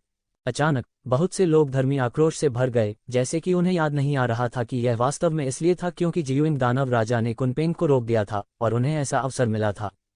हम और क्या कर सकते हैं? क्या हमें उनसे लड़ना है? जियुइंग दानव राजा के आदेश के तहत ये सबसे विशिष्ट विशेषज्ञ हैं। यदि वे सेना में शामिल हो जाते हैं और युद्ध का गठन करते हैं तो हमें मारने में कोई समस्या नहीं होगी। खासकर अगर जियुइंग दानव राजा जीतता है तो हम शायद एक गंभीर मौत मरेंगे। उद्धरण चिन्ह। आप किससे डरते हैं? हम में से बहुत से। क्या आपको लगता है कि हम सभी शाकाहारी हैं? हालांकि फैंग सेना शक्तिशाली है और हालांकि वे कुलीन हैं, मुझे विश्वास नहीं है कि वे हम में से बहुत से लोगों को रोक सकते हैं। इसके अलावा हेवन, क्या आपने सुना है कि कानून जनता को दंडित नहीं करता है? भले ही जियुइंग दानव राजा विजयी होकर लौटता है, क्या वह अब भी हम सभी को मारना चाहता है? शायद हम अकेले कुछ भी नहीं हैं, लेकिन हम में से बहुत से लोगों के शामिल होने से जियुइंग दानव राजा को भी सतर्क रहना होगा। उद्धरण चिन्ह। 9 सिरों वाले खूंखार जानवर जनजाति ने समुद्र के इस हिस्से को सील कर दिया था। इन लोगों के लिए जो अशांत जल में मछली पकड़ना चाहते थे, यह बस जनता के गुस्से को भड़का रहा था। कमीने, मुझे मत बताओ कि तुम लोग अभी भी इस बूढ़े को रोकना चाहते हो। अचानक एक बूढ़ा व्यक्ति चिल्लाया और सीधे मौके पर पहुंच गया। 2 फैंग सैनिकों ने उसे मौके पर ही रोकना चाहा, लेकिन वे इस बूढ़े व्यक्ति की मुट्ठी से मौके पर ही टूट गए और सीधे अंदर घुस गए। अचानक इस बूढ़े व्यक्ति की हरकत से ऐसा लगा कि एक चेन रिएक्शन हो गया है। कई लोगों ने 9 सिर वाले भयंकर जानवर जनजाति के फैंग सैनिकों द्वारा निर्मित रक्षात्मक रेखा पर हमला करना शुरू कर दिया। हालांकि बूढ़े ने आसानी से 2 फैंग सोल्जर्स को मार डाला था, लेकिन हर किसी में ऐसा करने की ताकत नहीं थी। इन फैंग सैनिकों ने कई वर्षों तक अभियानों में 9 सिरों वाले भयंकर जानवर राजा का पीछा किया था। कहा जा सकता है कि उनमें से प्रत्येक ने लाशों के पहाड़ और खून के समुद्र से अपना रास्ता मार डाला। उनमें से प्रत्येक मृत्यु का अद्वितीय देवता था। उनके शरीर पर जानलेवा आभा राक्षसी थी। यह ऐसा कुछ नहीं था जिससे आम लोग निपट सकें। बहुत से लोग उस बूढ़े व्यक्ति की नकल करना चाहते थे, लेकिन इसका परिणाम यह हुआ कि वे इन फैंग सैनिकों द्वारा सीधे मौके पर ही फाड़ दिए गए और फिर उनका भोजन बन गए। एक समय में एक निवाला निगल लिया। दानव जाति मानव जाति से बिल्कुल अलग थी। एक बार जब दानव जाति पराजित हो गई तो इस बात की पूरी संभावना थी कि वे दूसरों का भोजन बन जाएंगे। यदि बहुत हद तक मानव जाति की लड़ाई लाभ के लिए थी, तो राक्षस जाति के बीच संहार ज्यादातर भोजन की इच्छा के लिए थे। यहाँ तक कुनपेंग जैसा शक्तिशाली दानव जानवर भी घूम घूम कर लोगों को खा जाएगा। दानव जाति की साधना का एक बहुत ही महत्वपूर्ण हिस्सा रक्त का पाचन था। सभी के रक्तसार में शक्तिशाली ऊर्जा थी। योद्धा जितना शक्तिशाली था उतना ही अधिक था। ठीक वैसे ही जैसे येज़िवेन अक्सर लोगों को पीट पीट कर मार डालती थी। रक्तसार त्यानयुवान दर्पण द्वारा अवशोषित किया जाएगा और शुद्ध ऊर्जा कभी कभी येज़िवेन के शरीर में उलट दी जाएगी। यह मूल रूप से वही था, लेकिन रूप वही नहीं था। मानव जाति के बीच कई दानव पथ, दुष्ट मार्ग और शैतान पथ के योद्धा भी ऐसा करेंगे, लेकिन आखिरकार यह मुख्यधारा नहीं थी। येक्षिवेन भी भीड़ के साथ अंदर चली गई। उसके सामने टाइगर क्लान फैंग का एक सिपाही येक्षिवेन को मुस्कुराहट के साथ देख रहा था। वह स्वर्ग क्षेत्र के छठे आसमान का कप्तान था। उसने येक्षिवेन को ऐसे देखा जैसे वह किसी मरे हुए आदमी को देख रहा हो। उनकी राय में येज़िवेन स्वर्ग क्षेत्र का यह चौथा आकाश बच्चा स्वर्ग और पृथ्वी की विशालता को नहीं जानता था। मरना। वह जोर से दहाड़ा और उसके हाथ में बाघ के सिर वाला ब्लेड येक्षिवेन की ओर कट गया। यह सरल और सीधा था। कोई अनावश्यक हरकत नहीं थी, लेकिन यह शक्तिशाली और भारी थी। यह पूरी तरह युद्ध के मैदान से निकली एक परम तकनीक की तरह थी। युद्ध के मैदान पर इस तरह का अनूठा कौशल आमतौर पर इतना सरल और सीधा होता था, लेकिन इसकी शक्ति बेहद महान थी। यह मूल रूप से जीवन और मृत्यु की लड़ाई थी। बजना। हालांकि उसके हाथ में ब्लेड लाइट के रूप में एक तेज गर्जना सुनाई दी, जिसने येज़िवेन की हथेली को बुरी तरह से काट दिया। जोर की दहाड़ सुनाई दी। उसका ब्लेड लाइट येज़िवेन की हथेली पर खड़ा था, जैसे कि वह सोने और लोहे पर काट रहा हो। ये येज़िवेन की हथेली को काटने में असमर्थ था। टकराना। येज़िवेन ने अपने ब्लेड की रोशनी को कुचल दिया था, लेकिन उसके पास आश्चर्यचकित होने का समय नहीं था, क्योंकि येज़िवेन की मुट्ठी पहले ही उसकी ओर फट चुकी थी। यह करीब और करीब आ रहा था और उसके सामने धमाका करने वाला था। बूम। टाइगर कबीले के सैनिक जो येज़िवेन को रोकना चाहते थे, येज़िवेन के मुंह से मौके पर ही मारे गए। उसका शरीर मौके पर ही चकनाचूर हो गया। येज़िवेन ने उसे पकड़ लिया और त्यानयुवान के आईने में डाल दिया। येज़िवेन नहीं रुकी। दूसरे शब्दों में, टाइगर कबीले का यह सैनिक येज़िवेन को एक सेकंड के लिए भी नहीं रोक सका। येक्षिवेन एक पल में घेरा तोड़ गई। हालांकि दृश्य अब अराजक था। ज्यादातर लोग टाइगर कबीले के सिपाही के घेरे को तोड़ नहीं पाए। उनमें से अधिकांश मौके पर ही फट गए। अचानक येज़िवेन ने उत्तरी अंडरवर्ल्ड सागर को तोड़ते हुए अपने शरीर को कुचलते हुए एक मजबूत दबाव महसूस किया। कई विशेषज्ञों ने सीधे तोप के गोले की तरह उत्तरी अंडरवर्ल्ड सागर पर बमबारी की और एक विशाल समुद्री धारा बनाई। हालांकि इतने बड़े हंगामे ने गहरे समुद्र में कुछ शक्तिशाली राक्षसों को स्वाभाविक रूप से जगा दिया था। गर्जन। जोर की दहाड़ सुनाई दी। 4 अंगों वाली एक अजीब सी मछली ने अपना खून से लथपथ मुंह खोला और येज़िवेन को काटने के लिए उसकी ओर दौड़ी।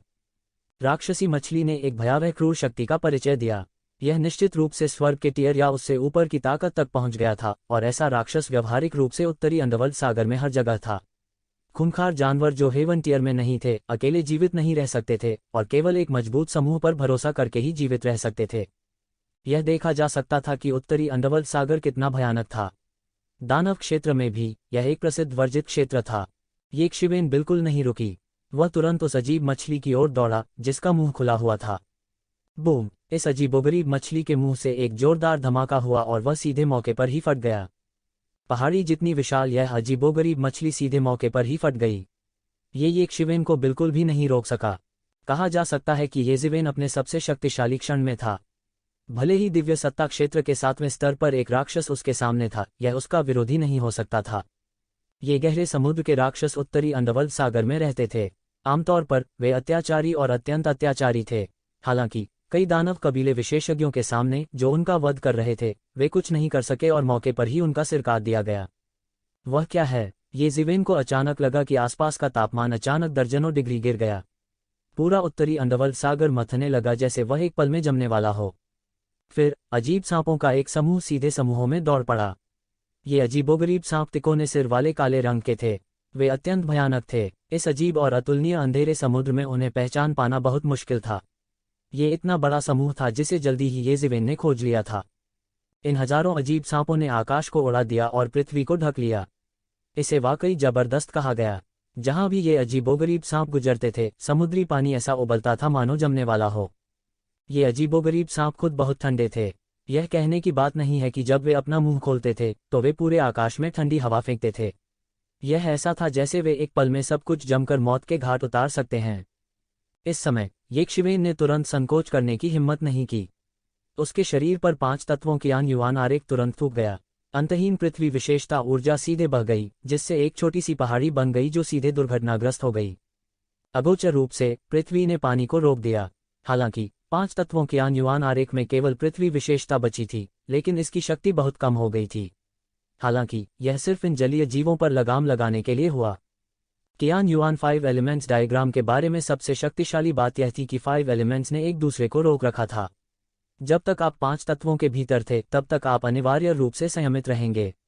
यह इससे ज्यादा कुछ नहीं था कि आपके शरीर में 5 तत्वों की शक्ति अधिक मजबूत थी या कमजोर। अराजकता या लाश देवताओं और अन्य प्राणियों में कुछ अराजक प्राणियों को छोड़कर जो 3 लोकों और 6 रास्तों से संबंधित नहीं थे। जैसा कि कहा जाता है, 3 लोकों से बाहर कूदो और 5 तत्वों के भीतर मत रहो। वाक्यांश 5 तत्वों के भीतर नहीं, किसी के शरीर में 5 तत्वों के सभी गुणों को काटने, किसी की कमजोरियों में से किसी एक को पूरी तरह से समाप्त करने को संदर्भित करता है, ताकि यह किसी की कमजोरी न बन जाए और दूसरों द्वारा हमला न किया जाए। खास यह कि यह अजीबोगरीब सांप एक अजीब जलीय जीव था। यह उत्तरी अंडरवर्ल्ड सागर से पैदा हुआ था, इसलिए यह पृथ्वी तत्व की शक्ति से और भी अधिक संयमित था। पृथ्वी विशेषता की शक्ति से बनी छोटी सी पहाड़ी के सामने ये अजीबोगरीब सांप चिल्लाते थे और सीधे कुचलकर मर जाते थे। लेकिन अजीब सांपों द्वारा छोड़ी गई अधिक ठंडी हवा वास्तव में रक्षा की परतों से होकर गुजरी और सीधे येज़िवेन के हाथों पर जमने के कुछ भयानक दृश्य पैदा कर दिए। ये अजीब सांप वास्तव में भयानक हैं। वे वास्तव में मेरी वास्तविक मौलिक ढाल में प्रवेश कर सकते हैं और मेरे हाथ में प्रवेश कर सकते हैं। अगर मेरे पास एक सुरक्षात्मक रियल एलिमेंटल शील्ड नहीं होती तो मुझे डर है कि मैं वहीं पर जमी हुई होती।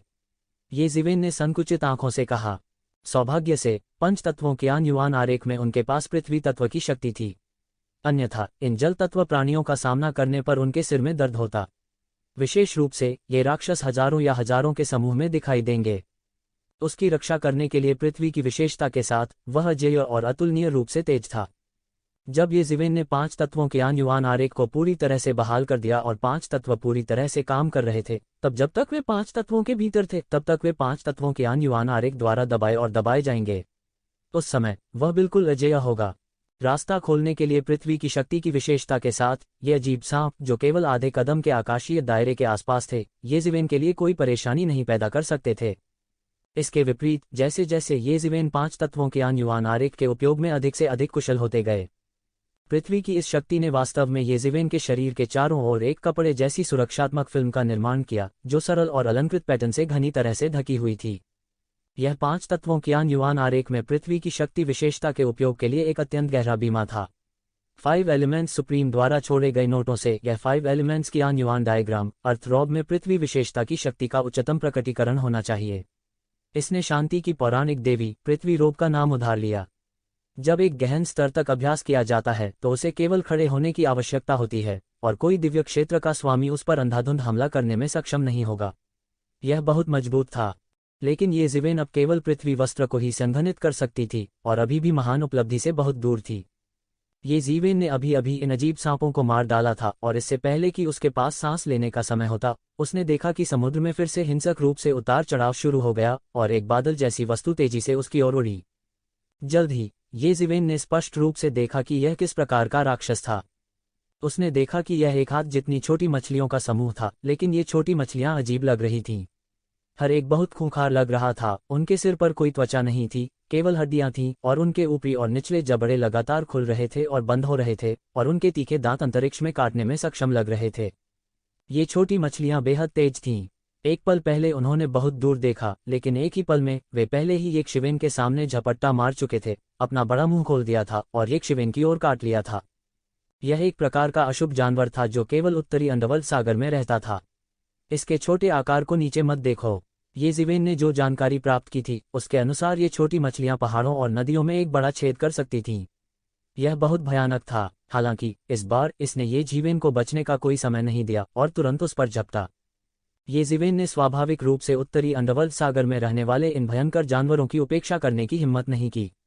सभी जीव बहुत खतरनाक थे और यह भी कहा जा सकता है कि जो चीजें पर्याप्त खतरनाक नहीं थीं वे यहाँ बिल्कुल जीवित नहीं रह सकती थीं। साथ ही वह इन प्राणियों का उपयोग अपने पृथ्वी वस्त्र को संयमित करने के लिए भी करना चाहता था। यह एक प्रकार की जादुई शक्ति थी, एक अर्जित जादुई शक्ति थी। 5 एलिमेंट्स की युआन डायग्राम न केवल एक जादुई उपकरण था बल्कि जादुई शक्ति को संघनित करने की एक विधि भी थी। जब भी ये ज़िवेन ने नए 5 तत्वों का विकास किया वह एक जादुई शक्ति प्राप्त कर सकता था। ये ज़िवेन का अपना बचाव पहले से ही बहुत मजबूत था। 8 खजाने स्वर्ग और पृथ्वी कालड्रॉन का उल्लेख नहीं करना पृथ्वी रोब के साथ मिलकर उनकी वर्तमान रक्षा को असाधारण रूप से भयानक कहा जा सकता है। जैसा कि उसने महारानी पृथ्वी रोब पर रखा था। शुआ पलक झपकते ही छोटी सफेद मछलियों का वह समूह ये ज़िवेन के सामने आ चुका था। उनकी गति अतुलनीय तेज थी। यहाँ तक कई आकाशीय प्राणियों के विशेषज्ञों की भी इतनी तेज गति नहीं थी। दूसरे शब्दों में कई सेलेस्टियल बीइंग विशेषज्ञ भी इन छोटी मछलियों का पीछा करने से नहीं बच सके। बजना बजना बजना। इन छोटी मछलियों ने अपना मुंह खोला और एक पल में अनगिनत सफेद रोशनी छोटी तेज तलवारों की तरह तुरंत एक ज़िवेन की ओर फट पड़ी। ये तेज तलवारें लगातार ये ज़िवेन के शरीर पर चिंगारी की तरह छींटे मार रही थीं। लहर के बाद लहर, लगभग अंतहीन, एक भयानक तूफान ज्वार की तरह एक पल में बह गया। दफन तलवार, ये ज़िवेन ने उपहास किया। उसके हाथ की तलवार की रोशनी शून्य में तलवार की अनगिनत रोशनी में विभाजित हो गई और सीधे बाहर निकल गई। हूश हूश हूश। अनगिनत तलवार रोशनी ने सीधे गोली चलाई और इन छोटी मछलियों पर बमबारी की। ये ज़िवेन ने उन मछलियों के रक्तसार को भी अवशोषित कर लिया था जिन पर ये ज़िवेन ने बमबारी की थी। पृथ्वी ने जल को रोक दिया, लेकिन इसके विपरीत जल भी पृथ्वी के विकास को बढ़ावा दे सकता था। पंचतत्वों ने एक दूसरे को पुष्ट और संयमित किया। उन्होंने एक दूसरे को संयमित किया, लेकिन साथ ही उन्होंने एक दूसरे को उत्पन्न भी किया। चूंकि अधिक से अधिक छोटी मछलियां मारी गईं, ये ज़िवेन के हाथ में 5 तत्वों के युआन आरेख में जल तत्व से संबंधित हिस्सा भी अधिक से अधिक नीली रोशनी के साथ खिल गया। अन्य 3 तत्वों की तुलना में इसे पहले से ही सुधार माना जा रहा था। पंच तत्वों को पुनर्प्राप्त करने का एकमात्र तरीका पानी से जुड़े जीवों को लगातार मारना और पानी से जुड़ी ऊर्जा को अपने शरीर में अवशोषित करना था ताकि 5 तत्वों को लगातार पुनर्प्राप्त किया जा सके। लेकिन असल समस्या यह थी कि यह प्रक्रिया बहुत धीमी थी। आम लोगों के शरीर में भी पानी की शक्ति थी, लेकिन यह बहुत कमजोर थी। इसलिए यह अज्ञात था कि इसे पुनर्स्थापित करने में कितना समय लगेगा। तो हालांकि यह भी एक तरीका था, लेकिन ये ज़िवेन इसका इस्तेमाल नहीं करेगी। हालांकि इसने उसे जल तत्व की शक्ति को लगातार अवशोषित करने से नहीं रोका। साथ ही जैसे जैसे जल तत्व की शक्ति बढ़ती गई, वैसे वैसे पृथ्वी तत्व की शक्ति के प्रति उनका बोध भी बढ़ता गया। सबसे सहज बात यह थी कि उसके शरीर की सतह पर हाउ टू रोप भी अधिकाधिक वास्तविक होता जा रहा था। शुरुआत की तुलना में कोई यह कह सकता था कि पहली नज़र में इसमें कोई समस्या थी, लेकिन अब यह अधिक से अधिक वास्तविक होती जा रही थी। हालांकि उनमें से अधिक ये ज़िवेन द्वारा मारे गए थे। इन छोटी मछलियों ने वास्तव में एक गठन किया और संरचना की शक्ति का उपयोग एक ज़िवेन का गला घोंटने के लिए किया। आश्चर्यजनक, ये छोटी मछलियां वास्तव में अपने आप एक संरचना बना सकती हैं। यह वास्तव में स्वर्ग और पृथ्वी का निर्माण है। ये ज़िवेन कहने के सिवा कुछ नहीं कर सकते थे। एक उच्च स्तर की साधना वाले योद्धा के लिए एक व्यूह रचना की व्यवस्था करना कुछ भी नहीं था। बात बस इतनी थी कि वे इसमें दक्ष नहीं थे। हालांकि इन अशुभ जानवरों के लिए जो अपनी सहज प्रवृत्ति पर निर्भर थे, वे इस सरणी निर्माण की व्यवस्था करने के लिए पूरी तरह से अपनी प्रवृत्ति पर निर्भर थे। तो ये ज़िवेन ने भावना के साथ आह भरी। यद्यपि वे सभी अर्धचरण दिव्य क्षेत्र में प्रवेश कर चुके थे, साधना के मामले में वे पहले से ही कई राक्षस जानवरों की तुलना में बहुत अधिक थे, लेकिन उन्होंने अपनी स्वयं की चेतना को नहीं खोला। यह भगवान द्वारा संतुलन का साधन प्रतीत होता था। कुछ शक्तिशाली अशुभ जानवर बहुत शक्तिशाली पैदा हुए थे, लेकिन उनके स्वयं के आध्यात्मिक ज्ञान को खोलने का कोई तरीका नहीं था। और मानव कुल जैसी दुर्बल जाति ने आध्यात्मिक ज्ञान से जन्म लिया। केवल 1 दर्जन वर्षों में उनकी अपनी सोच और निर्णय हो सकते थे। लेकिन फिर भी ये छोटी मछलियां एक ज़िवेन को चोट पहुंचाना चाहती थीं। यह अभी भी सक्षम होने से बहुत दूर था। ये ज़िवेन की वर्तमान साधना के साथ, भले ही वह वहां खड़ा हो और उन्हें उसे मारने दे, उनके लिए ये ज़िवेन के बचाव को तोड़ना मुश्किल होगा। बहुत अत्याचारी, ये ज़िवेन सीधे इन छोटी मछलियों के बीच में घुस गए और अपनी पूरी ताकत से लड़े। हालांकि ये छोटी मछलियां विशेष रूप से शक्तिशाली नहीं थीं, फिर भी वे बड़ी संख्या में जीतीं और फिर भी त्यानुवान मिर को काफ़ी मात्रा में रक्तसार प्रदान कर सकती थीं। हालांकि पृथ्वी रोग की जादुई शक्ति का अभ्यास करना बेहद कठिन था। यदि उसके पास पृथ्वी तत्व की अपनी अच्छी तरह से संरक्षित शक्ति नहीं होती तो एक शिवेन के लिए पृथ्वी वस्त्र को भी संघनित करना असंभव होता। ये जीवेन के लगातार मारने से जब कुछ सुधार हुआ, उसके सामने ये छोटी मछलियां पहले ही मार दी गई थीं। हालांकि ये जीवेन अपनी यात्रा के उद्देश्य को नहीं भूले और गहरे उत्तरी अंडरवर्ल्ड ठंडे तालाब की दिशा में जाना जारी रखा। लेकिन उत्तरी अंडरवर्ल्ड सागर में अशुभ जानवर समूहों में थे और संख्या बस अंतहीन थी। यहाँ तक ये जीवेन भी पूरे रास्ते नहीं जा सकता था और रास्ते में खून की गंध ने गहरे समुद्र के विशाल जानवरों को आकर्षित किया, इसलिए यह लगभग अंतहीन था और वह उन सभी को नहीं मार सकता था। ये जीवेन केवल इस तरह से सभी तरह से मार सकते थे, लेकिन कोई रास्ता नहीं था। सौभाग्य से दूसरों की प्रगति ये जीवेन की तुलना में बहुत बेहतर नहीं थी, लेकिन उन्हें अभी भी उत्तरी अंडरवर्ल्ड सागर में अशुभ जानवरों के घनत्व की सबसे सहज समझ थी। यही कारण था कि बहुत से लोग कुनपेंग को बर्दाश्त नहीं कर सके। उत्तरी अंडरवर्ल्ड सागर में स्पष्ट रूप से अनगिनत खाद्य संसाधन थे, लेकिन यह कुनपेंग सिर्फ जमीन पर राक्षस कबीले पर हमला करना पसंद करता था। हर बार यह दानव कुल में अनगिनत हताहतों का कारण बनेगा। अतीत में कुछ दानव राजाओं ने इस कुनपेंग को मारने की कोशिश की थी, लेकिन वह बेकार था। उस समय कुनपेंग अपने चरम पर था और कुनपेंग के साथ परेशानी पाकर मौत को दावत दे रहा था। और अगर यह कुनपेंग अपने गोधूली वर्षों में प्रवेश नहीं किया होता तो शायद जियुइंग दानव राजा भी इस कुनपेंग के साथ परेशानी खोजने की हिम्मत नहीं करता। ये जीवेन यह भी देख सकती थी कि कुछ विशेषज्ञ जो नीचे उतरे थे पहले से ही राक्षस जानवरों द्वारा फाड़ दिए गए थे जिन्होंने समाचार सुना था। उनका पूरी तरह से वध कर दिया गया था। यहाँ तक गहरे समुद्र के कई अधिपति भी जाग गए थे और कार्रवाई करने लगे थे। हालांकि कुनपेंग उत्तरी अंडरवर्ल्ड सागर में एकमात्र शासक था, फिर भी कुनपेंग के तहत कई भयानक गहरे समुद्र के अधिपति थे। गहरे समुद्र के इन अधिपतियों में से प्रत्येक के पास दिव्य क्षेत्र के विशेषज्ञों के साथ लड़ने का साधन और क्षमता थी। इन गहरे समुद्र के अधिपतियों द्वारा लक्षित किया जाना मृत्यु के समान था। अंत तक ये जीवेन के हाथ भी सुन्न हो गए थे। वह जानता था कि वह इस तरह आगे नहीं बढ़ सकता, इसलिए उसने अपनी सारी आभा को छिपाने के लिए बस सांस रोकने की तकनीक का इस्तेमाल किया। ऐसी मन स्थिति में दृष्टि अब उपयोगी नहीं रह गई थी। यद्यपि वह स्कैन करने के लिए अपने दिव्य विचारों का उपयोग कर सकता था, ये जीवेन ने अपने शरीर पर सभी आभा को छुपा लिया था, इसलिए अंधा होना आसान था। यहाँ तक कि एक गहरे समुद्र का अधिपति भी था जो चुपचाप उस स्थान पर तैरकर उसके पास से निकल गया। अगर ये शिवेन ने पहले ही इसकी खोज नहीं की होती और इसे गहरे समुद्र की धारा के रूप में छिपाया होता तो उसे डर था कि वह एक भयानक पीछा से बचने में सक्षम नहीं होता। और उसके पीछे वाले इतने भाग्यशाली नहीं थे। वे इस गहरे समुद्र के विशालकाय द्वारा सीधे लक्षित थे और फिर टुकड़ों में फट गए, अंत में गहरे समुद्र में दुखद रूप से मर गए। ये जीवेन आखिरकार समझ गए कि उत्तरी अंडरवर्ल्ड सागर को वर्जित क्षेत्र क्यों कहा जाता है। ऐसी अराजक जगह में भले ही कोई कुनपेंग न हो, यह सबसे भयानक वर्जित क्षेत्रों में से एक होना चाहिए। उसने पूरे रास्ते गोता लगाया, उसकी गति अत्यंत तेज थी, लेकिन वह भी मौन था। अंत में आधे दिन के बाद वह आखिरकार उत्तरी अंडरवर्ल्ड के ठंडे तालाब के आसपास आ गया। जैसे ही वह इस उत्तरी अंडरवर्ल्ड ठंडे तालाब के पास पहुंचा, ये जीवेन ने तुरंत महसूस किया कि उसका पूरा शरीर जमने वाला था। उत्तरी अंडरवर्ल्ड सागर पहले से ही साधारण पानी की तुलना में बहुत ठंडा था, लेकिन उत्तरी अंडरवर्ल्ड के ठंडे तालाब की तुलना में यह अभी भी बहुत दूर था। और सबसे आश्चर्यजनक बात यह थी कि कितनी भी ठंड क्यों न हो, वह जमता नहीं था। लेकिन निकली हुई ठंडी हवा सीधे हड्डियों में जा घुसी। यदि यह दिव्य क्षेत्र का केवल एक साधारण योद्धा होता तो शायद वह लापरवाही से संपर्क करने का साहस नहीं करता। ये शिवेन तुरंत दौड़ी चली आई। मूल रूप से आसपास के राक्षसी जानवरों का घना समूह भी बिना किसी निशान के गायब हो गया। आखिरकार यह कुनपेंग का घोंसला था। कितने राक्षसी जानवरों के पास करने के लिए कुछ बेहतर नहीं होगा और वे यहाँ टहलने के लिए आने का साहस करेंगे। गहरे समुद्र के वे अधिपति भी वही थे। उन्होंने कुनपेंग के घोंसले के पास जाने की हिम्मत नहीं की। अगर वे सावधान नहीं होते तो उन्हें कुनपेंग जिंदा निगल सकता था। और ये जीवेन भी यहाँ आने वाले पहले योद्धा थे।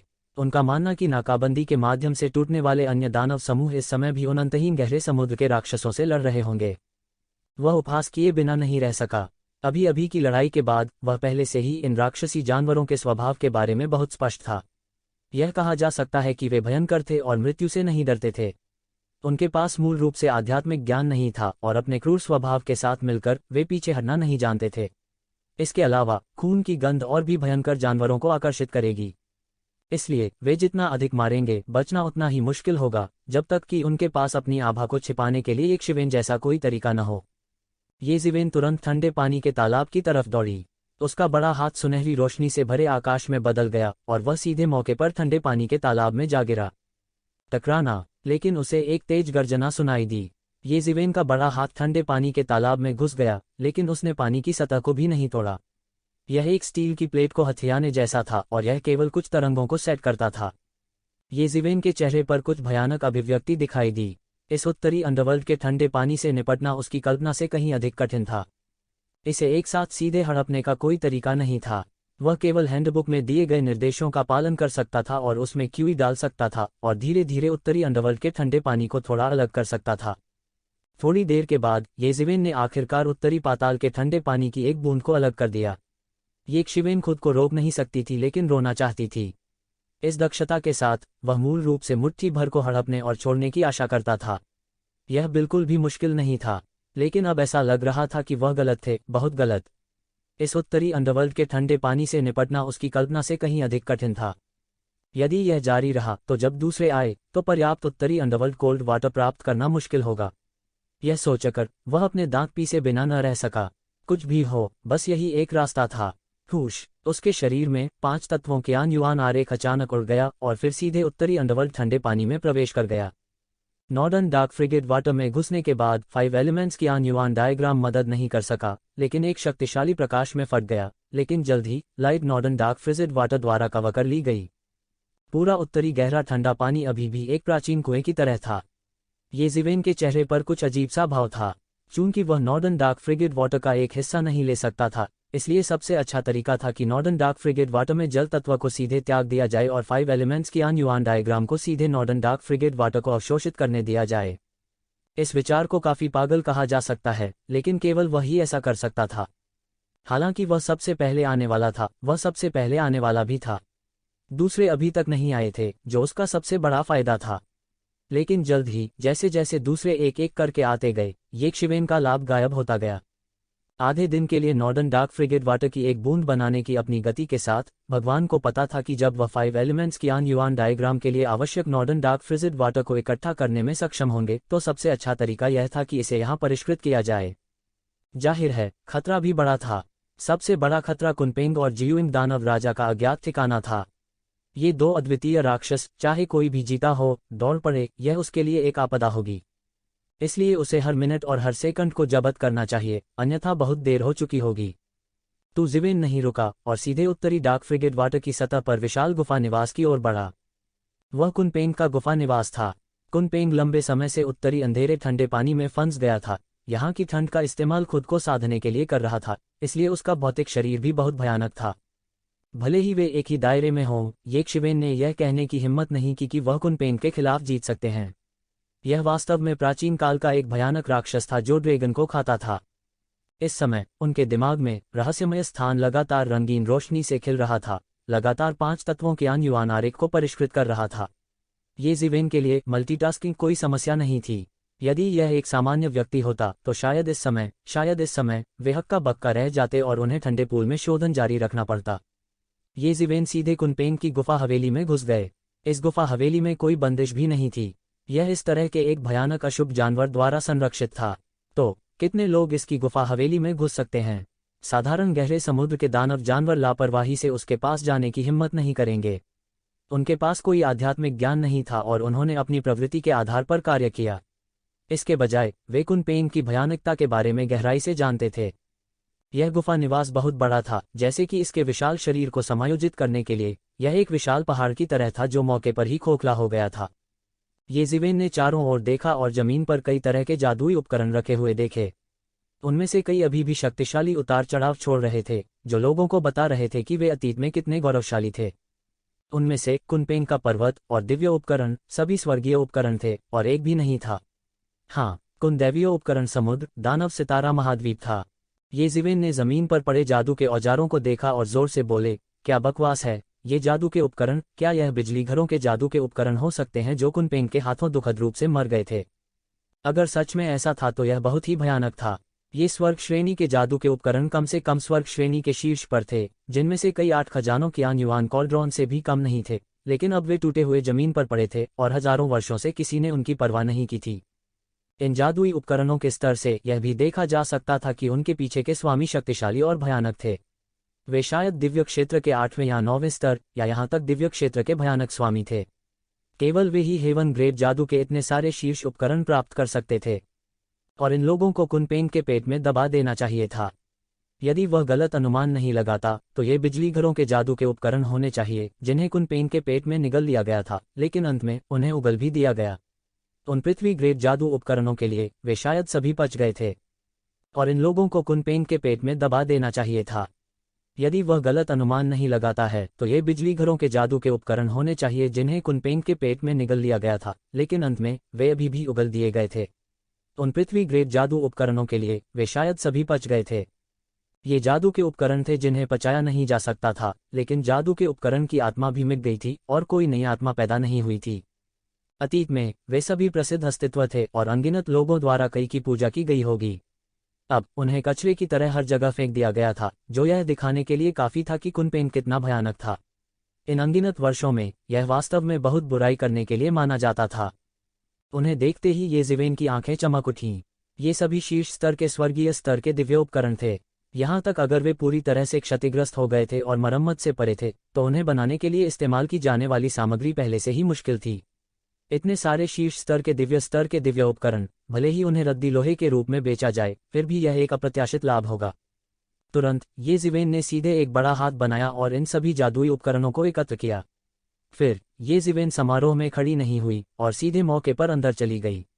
जमीन पर उन्हें कुनपेन के साथ कई प्राकृतिक खजाने भी मिले। कुनपेन के लिए ये कुछ भी नहीं हो सकता है, लेकिन बाहरी दुनिया में वे अच्छे खजाने थे जिन्हें आसमान छूती कीमत पर बेचा जा सकता था। अचानक गुफा आवास के बाहर शोर मच गया। आखिरकार लंबे समय के बाद वे लोग आखिरकार अवरोधों की परतों को तोड़कर इस कुनपेन के घोंसले में घुस गए। बहुत से लोग उत्तरी गहरे ठंडे पानी को इकट्ठा करने के बाहर थे, लेकिन अधिक लोग सीधे गुफा निवास में पहुंचे। कोई यहाँ पहले आ चुका है। किसी ने ये ज़िवेन की गतिविधियों के निशान देखे, या यूं कहें कि ये ज़िवेन ने इन निशानों को बिल्कुल भी नहीं छुपाया। उन्हें उम्मीद नहीं थी कि ये लोग इतनी जल्दी पहुंच जाएंगे। इन आवाज़ों को सुनकर ये ज़िवेन छुप छुप कर खुश हुए बिना न रह सकी। सौभाग्य से वह जल्दी आ गया और बाहर समय बर्बाद नहीं किया। अन्यथा इस समय जब वे पहुंचे वह अभी भी उत्तरी गहरे ठंडे पानी को बूंद बूंद करके परिष्कृत कर रहा होगा। उस समय स्थिति वास्तव में समाप्त हो जाएगी। इस समय वह महसूस कर सकता था कि नॉर्डन डार्क कोल्ड वाटर में भिगोने के बाद 5 एलिमेंट्स की आन युआन डायग्राम में पानी धीरे धीरे ठीक हो रहा था, और जैसे जैसे उसका पानी रिकवर होता रहा, जिस गति से उसने नॉर्डन डार्क कोल्ड वाटर को भी अवशोषित किया, तेज और तेज हो गया। यह भी कहा जा सकता है कि वह आश्चर्यजनक गति से ठीक हो रहा था। यहाँ तक 5 एलिमेंट्स सुप्रीम, जिसने 5 एलिमेंट्स की आन युआन डायग्राम को गढ़ा था, वह इतना फालतू नहीं हो सकता था कि वह 5 एलिमेंट्स की आन युआन डायग्राम को सीधे उत्तरी गहरे ठंडे पानी में भिगो दे। अधिक से अधिक उन्होंने नॉर्डन डार्क कोल्ड वाटर के एक हिस्से को प्राइमर के रूप में इस्तेमाल किया और अंत में ठीक हो गए। यह भी कुछ ऐसा था जो एक ज़िवेन कर सकती थी, क्योंकि उसके पास बिल्कुल भी समय नहीं था। हालांकि कुनपेन भोजन की तलाश में बाहर जाते थे, लेकिन समय बहुत कम था और वह बहुत जल्द लौट आएंगे, इसलिए वे बहुत अधिक उत्तरी गहरा ठंडा पानी एकत्र नहीं कर सके। यह वह समय भी था जब कुनपेन को जियुइंग दानव राजा ने रोक लिया था, जिसने ये ज़िवेन को अवसर दिया था। अन्यथा उसके पास इतना शानदार अवसर कैसे हो सकता था। ये ज़िवेन अपने चेहरे पर थोड़ी खुशी दिखाए बिना नहीं रह सका। यदि यह जारी रहा तो पंच तत्वों के आन युआन आरेख के जल भाग को पूरी तरह से ठीक होने में अधिक समय नहीं लगेगा। आखिरकार यह बलिदान प्रशिक्षण नहीं था, बल्कि सिर्फ सुधार था। यह गति स्वाभाविक रूप से कहने की जरूरत नहीं थी। इसके अलावा वह उत्तरी गहरे ठंडे पानी में भीग रहा था। यह गति स्वाभाविक रूप से असाधारण थी। लानत है, कौन इतना तेज है, इतना तेज हमसे। उसे पकड़ो और फिर उससे पूछताछ करो कि उसे क्या मिला। क्योंकि कुनपेन की गुफा हवेली में कभी कोई नहीं घुसा था, इसलिए किसी को नहीं पता था कि कुनपेन की गुफा हवेली में क्या है। भले ही बहुत से लोग जानना चाहते हों, उनके पास जानने का कोई तरीका नहीं था, इसलिए वे केवल लोगों को अपनी कल्पना में पकड़ सकते थे और उनसे पूछताछ कर सकते थे। उनसे क्या पूछताछ की जाएगी, इसकी गारंटी वे खुद नहीं दे सके। यह सुनकर ये ज़िवेन अपनी गति बढ़ाए बिना नहीं रह सका और कुनपेन की गुफा हवेली की गहराई तक जाता रहा। वह मदद नहीं कर सका, लेकिन जल्दी से पता चला कि बाहर के कुछ सरल और यहाँ तक उजाड़ दृश्यों की तुलना में कुनपेन की गुफा हवेली के अंदर वास्तव में एक अलग दुनिया थी। अनंत लिंकी को एक प्रतिबंध द्वारा इसमें सील कर दिया गया था और यह जमने की डिग्री के करीब भी था। ये ज़िवेन ने तुरंत अपनी तीसरी आंख खोली और देखा कि कुनपेन के घोंसले के नीचे वास्तव में 99 आध्यात्मिक शिराएं कैद थीं और घोंसले के नीचे इकट्ठी थीं। लिंकी को सीधे सबसे केंद्रीय मंच पर खिलाया गया था और उस मंच पर पानी और हवा की शक्ति से निकलने वाला एक अंडा था। यह अंडा महज हथेली के आकार का था। हालांकि सबसे चौंकाने वाली बात यह थी कि इस अंडे के परिवेश में पानी की विशेषता और हवा की विशेषता के सिद्धांत वैकल्पिक थे। इसके अलावा ये सिद्धांत मूल सिद्धांत नहीं थे, इसके बजाय उन्हें तावीज़ में परिष्कृत किया गया था, और ये तावीज़ इस अंडे के चारों ओर लिपटे हुए थे। उसमें से हल्की हल्की चीखें आ रही थीं। ये ज़िवेन बता सकती हैं कि ये चीखें उस कुनपेंग के रोने के समान थीं। ये ज़िवेन की आंखें अचानक से खुल गईं। उसे अचानक एक बात का एहसास हुआ, उसके सामने यह अंडा कुनपेंग का अंडा होने की पूरी संभावना थी। यह सोचकर वह मदद नहीं कर सका, लेकिन अचानक उत्साही हो गया। यह वास्तव में कुनपेंग का अंडा हो सकता है। कुनपेंग क्या था? यह एक अजेय अधिपति था जो प्राचीन पौराणिक युग में पहले से ही अस्तित्व में था। यह अत्यंत भयानक था, और यहाँ तक कि ड्रैगन को भक्षण करने का साहस भी करता था। यहाँ तक कि इसने देवताओं को भक्षण करने का साहस भी किया। यहाँ तक कि अब तक यह बूढ़ा और कमजोर था। यह अभी भी नाइन हेड्स के शिखर राज्य के खिलाफ लड़ने की हिम्मत की भयंकर जानवर राजा। यह कितना भयानक अस्तित्व था।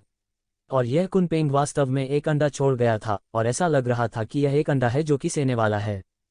इस समय ये ज़िवेन के दिमाग में एक पागल विचार कौंध गया। भले ही इस कुनपेंग ने केवल एक सिर के मामले में एक अंडा कैसे दिया, उसके लिए अगर वह इस कुनपेंग अंडे को अपने लिए ले सकता है, तो उसके लिए यह रातों रात अमीर बनने जितना आसान नहीं होगा। क्योंकि यह कुनपेंग अंडा, वह इस कुनपेंग अंडे को बिल्कुल नहीं जाने देगा। कोई भी इसे उससे दूर नहीं कर सकता।